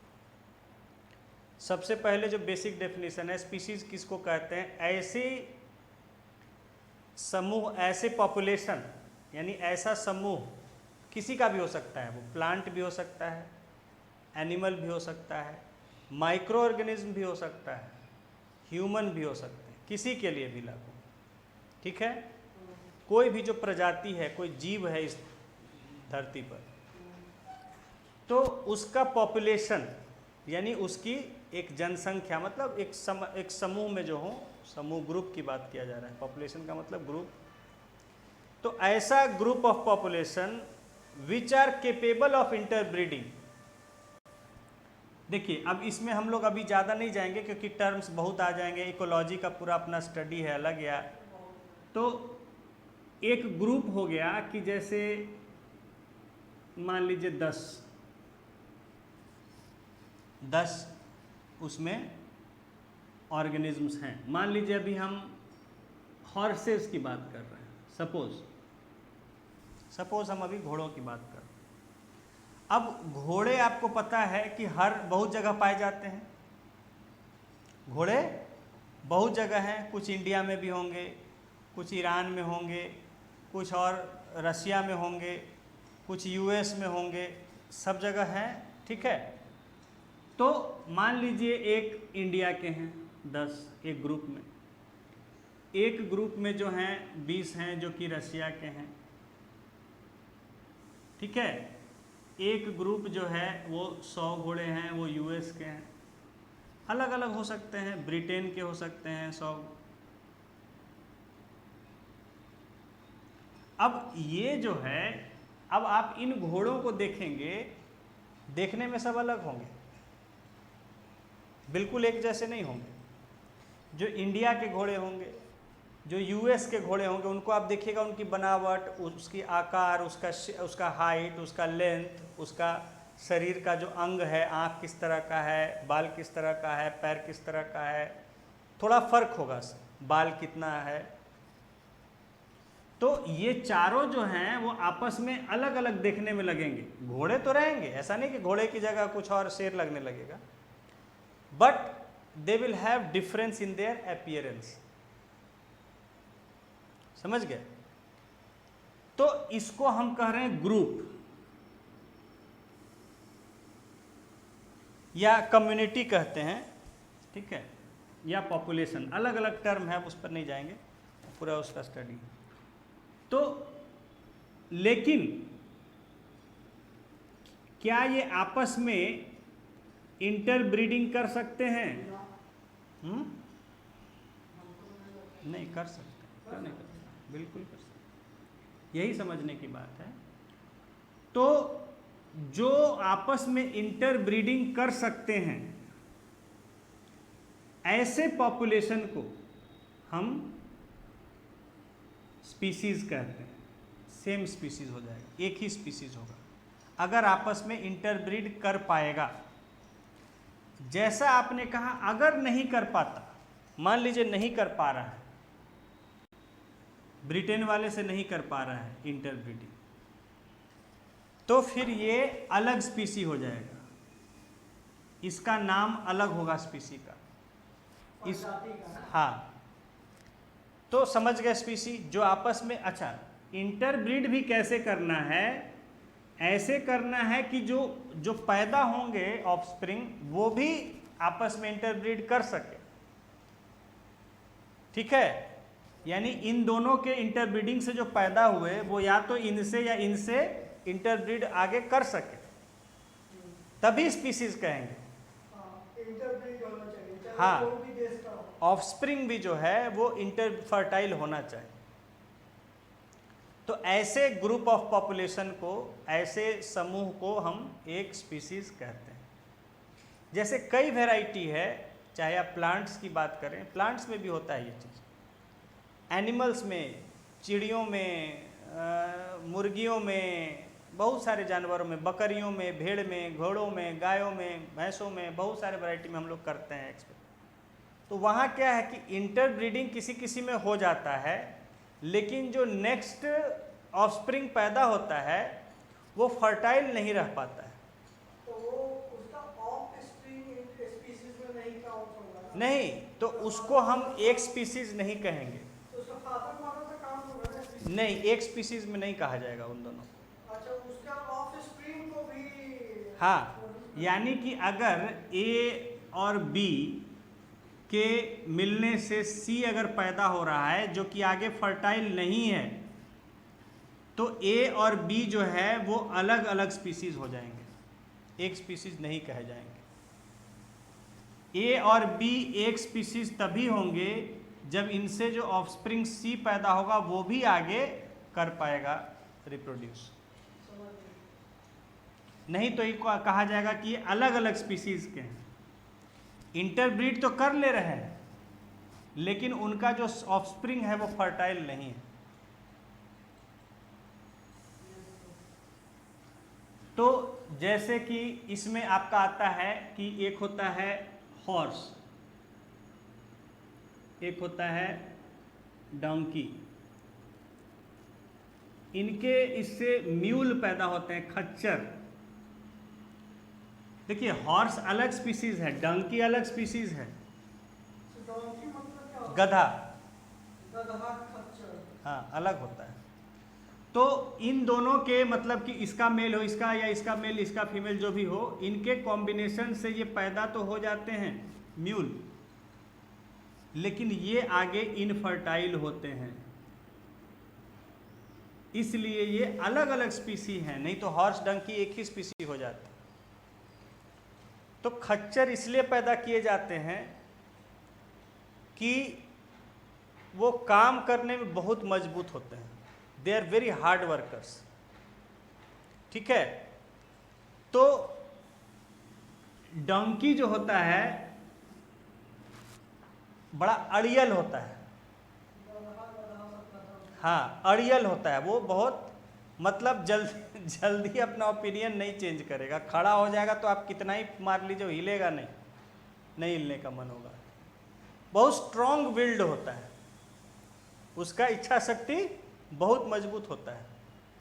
ये लेडीज के कैटेगरी में आता है। ठीक है, नहीं मेल फीमेल कुछ भी हो सकता है। वो डोंकी में भी मेल होते हैं, डोंकी में भी फीमेल भी होते हैं, हॉल में भी मेल फीमेल।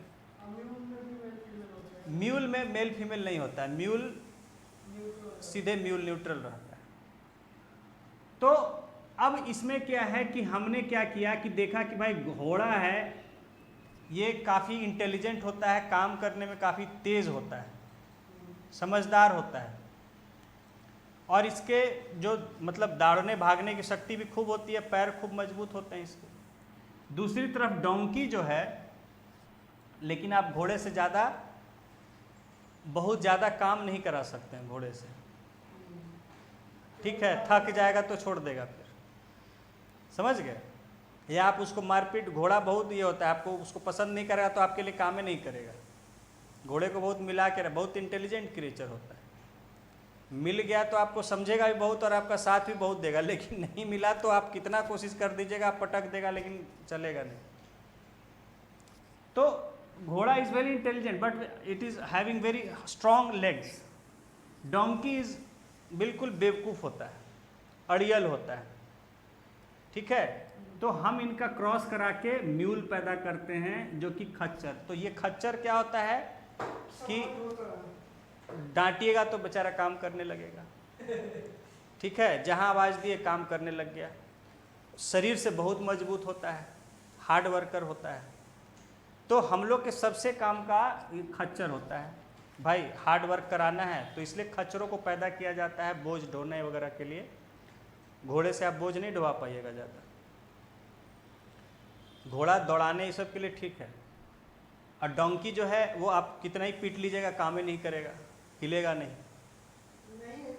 हाँ, बहुत डोंकी से का एकदम गधा है, बेवकूफ़ है, इसलिए गधा एक शब्द बन गया कि गधा है। हाँ, नहीं, जानवर का नाम, अड़ियल रवैया होता है उसका, समझदार नहीं होता, इसलिए उसको लोग कहने लगे। तो कोई शब्द कुत्ता है तो कह देता है तो कुत्ता है, तो गाली थोड़े, तो जानवर है, लेकिन हाँ कहने के लिए वैसे कह दिया, वैसे गधा है हो गया। तो म्यूल, हम तो ये यहाँ समझने की बात है कि देखिए हॉर्स और डोंकी जो है इंटरब्रीड कर लेते हैं, लेकिन जो म्यूल पैदा होता है वो इनफर्टाइल होता है। इसलिए हॉर्स और डोंकी अलग अलग स्पीसी हैं। अगर म्यूल फर्टाइल होता तो फिर ये एक ही स्पीसीज कहे जाते। तो ऐसे ही बहुत सारे प्लांट्स का हम डेवलप अभी।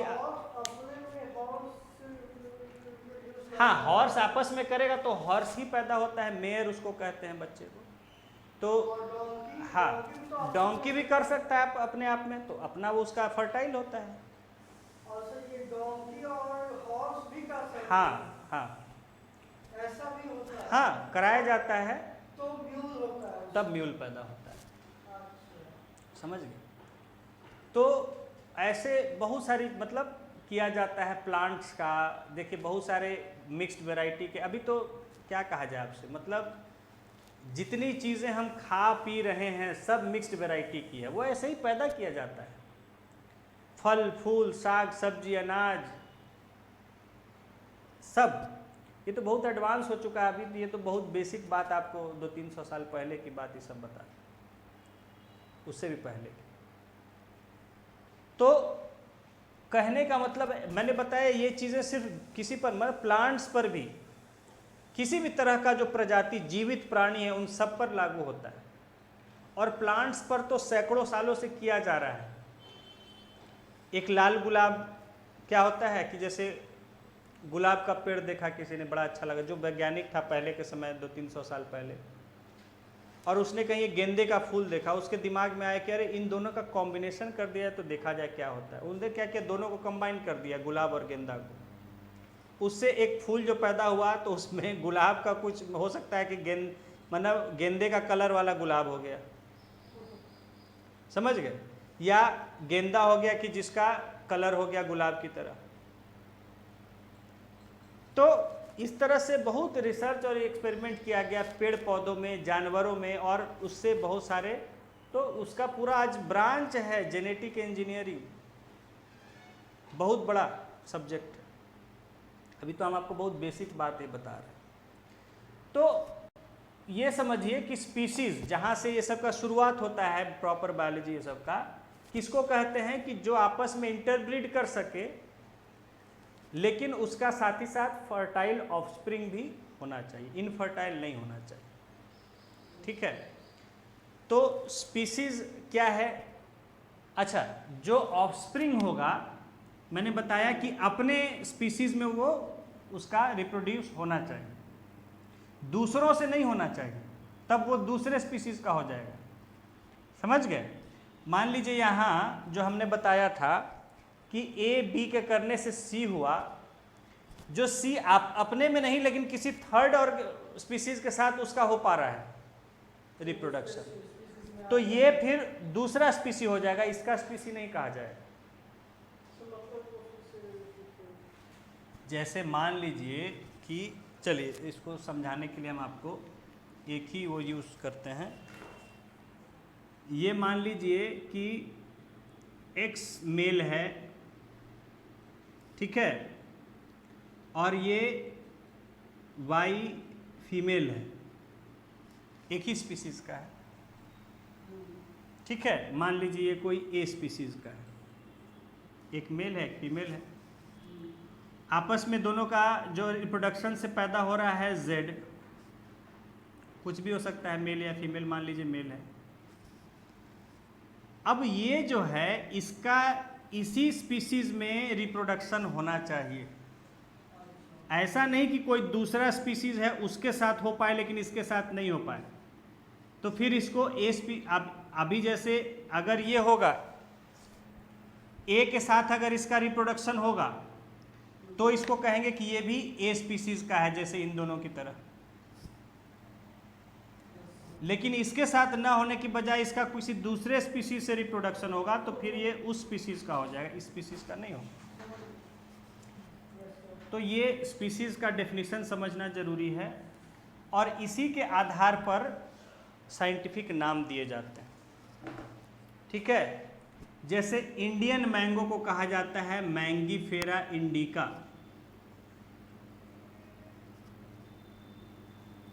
ठीक है, मैंगीफेरा इंडिका।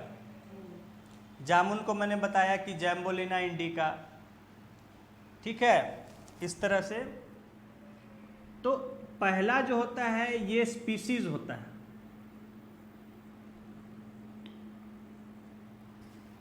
जो वर्ड होता है, और दूसरा वर्ड जो होता है ये कम्युनिटी होता है, बताता है कि किस पर्टिकुलर एरिया या सब वेराइटी का है। जैसे अब मैंगीफेरा का मतलब हुआ ये आम का वेराइटी है, अब ये कहीं के भी आम रहेंगे दुनिया में, वो सबका पहला शब्द मैंगीफेरा ही रहेगा। दूसरा ये अलग अलग हो सकता है, इंडिका किसी और कंट्री का है तो वहाँ के नाम पर हो जाएगा। ठीक है, तो ये जितने होंगे ये आपस में इंटरब्रीड कर पाएंगे। यहाँ के आम को आप तुर्की के आम से मिला देंगे, ब्रीड करा देंगे तो बन जाएगा वैरायटी, पैदा हो जाएगा आम का पेड़। तो क्योंकि ये एक ही स्पीसीज मैंगीफेरा के आम के, दूसरे स्पीसी के होंगे तो ये नहीं कर पाएंगे आपस में। ठीक है, समझ गए? तो चलिए स्पीसीज तक आज रहने देते हैं, आपको भी नींद आ रहा है देख रहे हैं।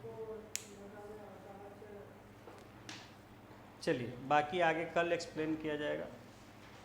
बड़ा इम्पोर्टेंट टॉपिक है, इसको अच्छे से समझेंगे, रिवाइज कर लेंगे।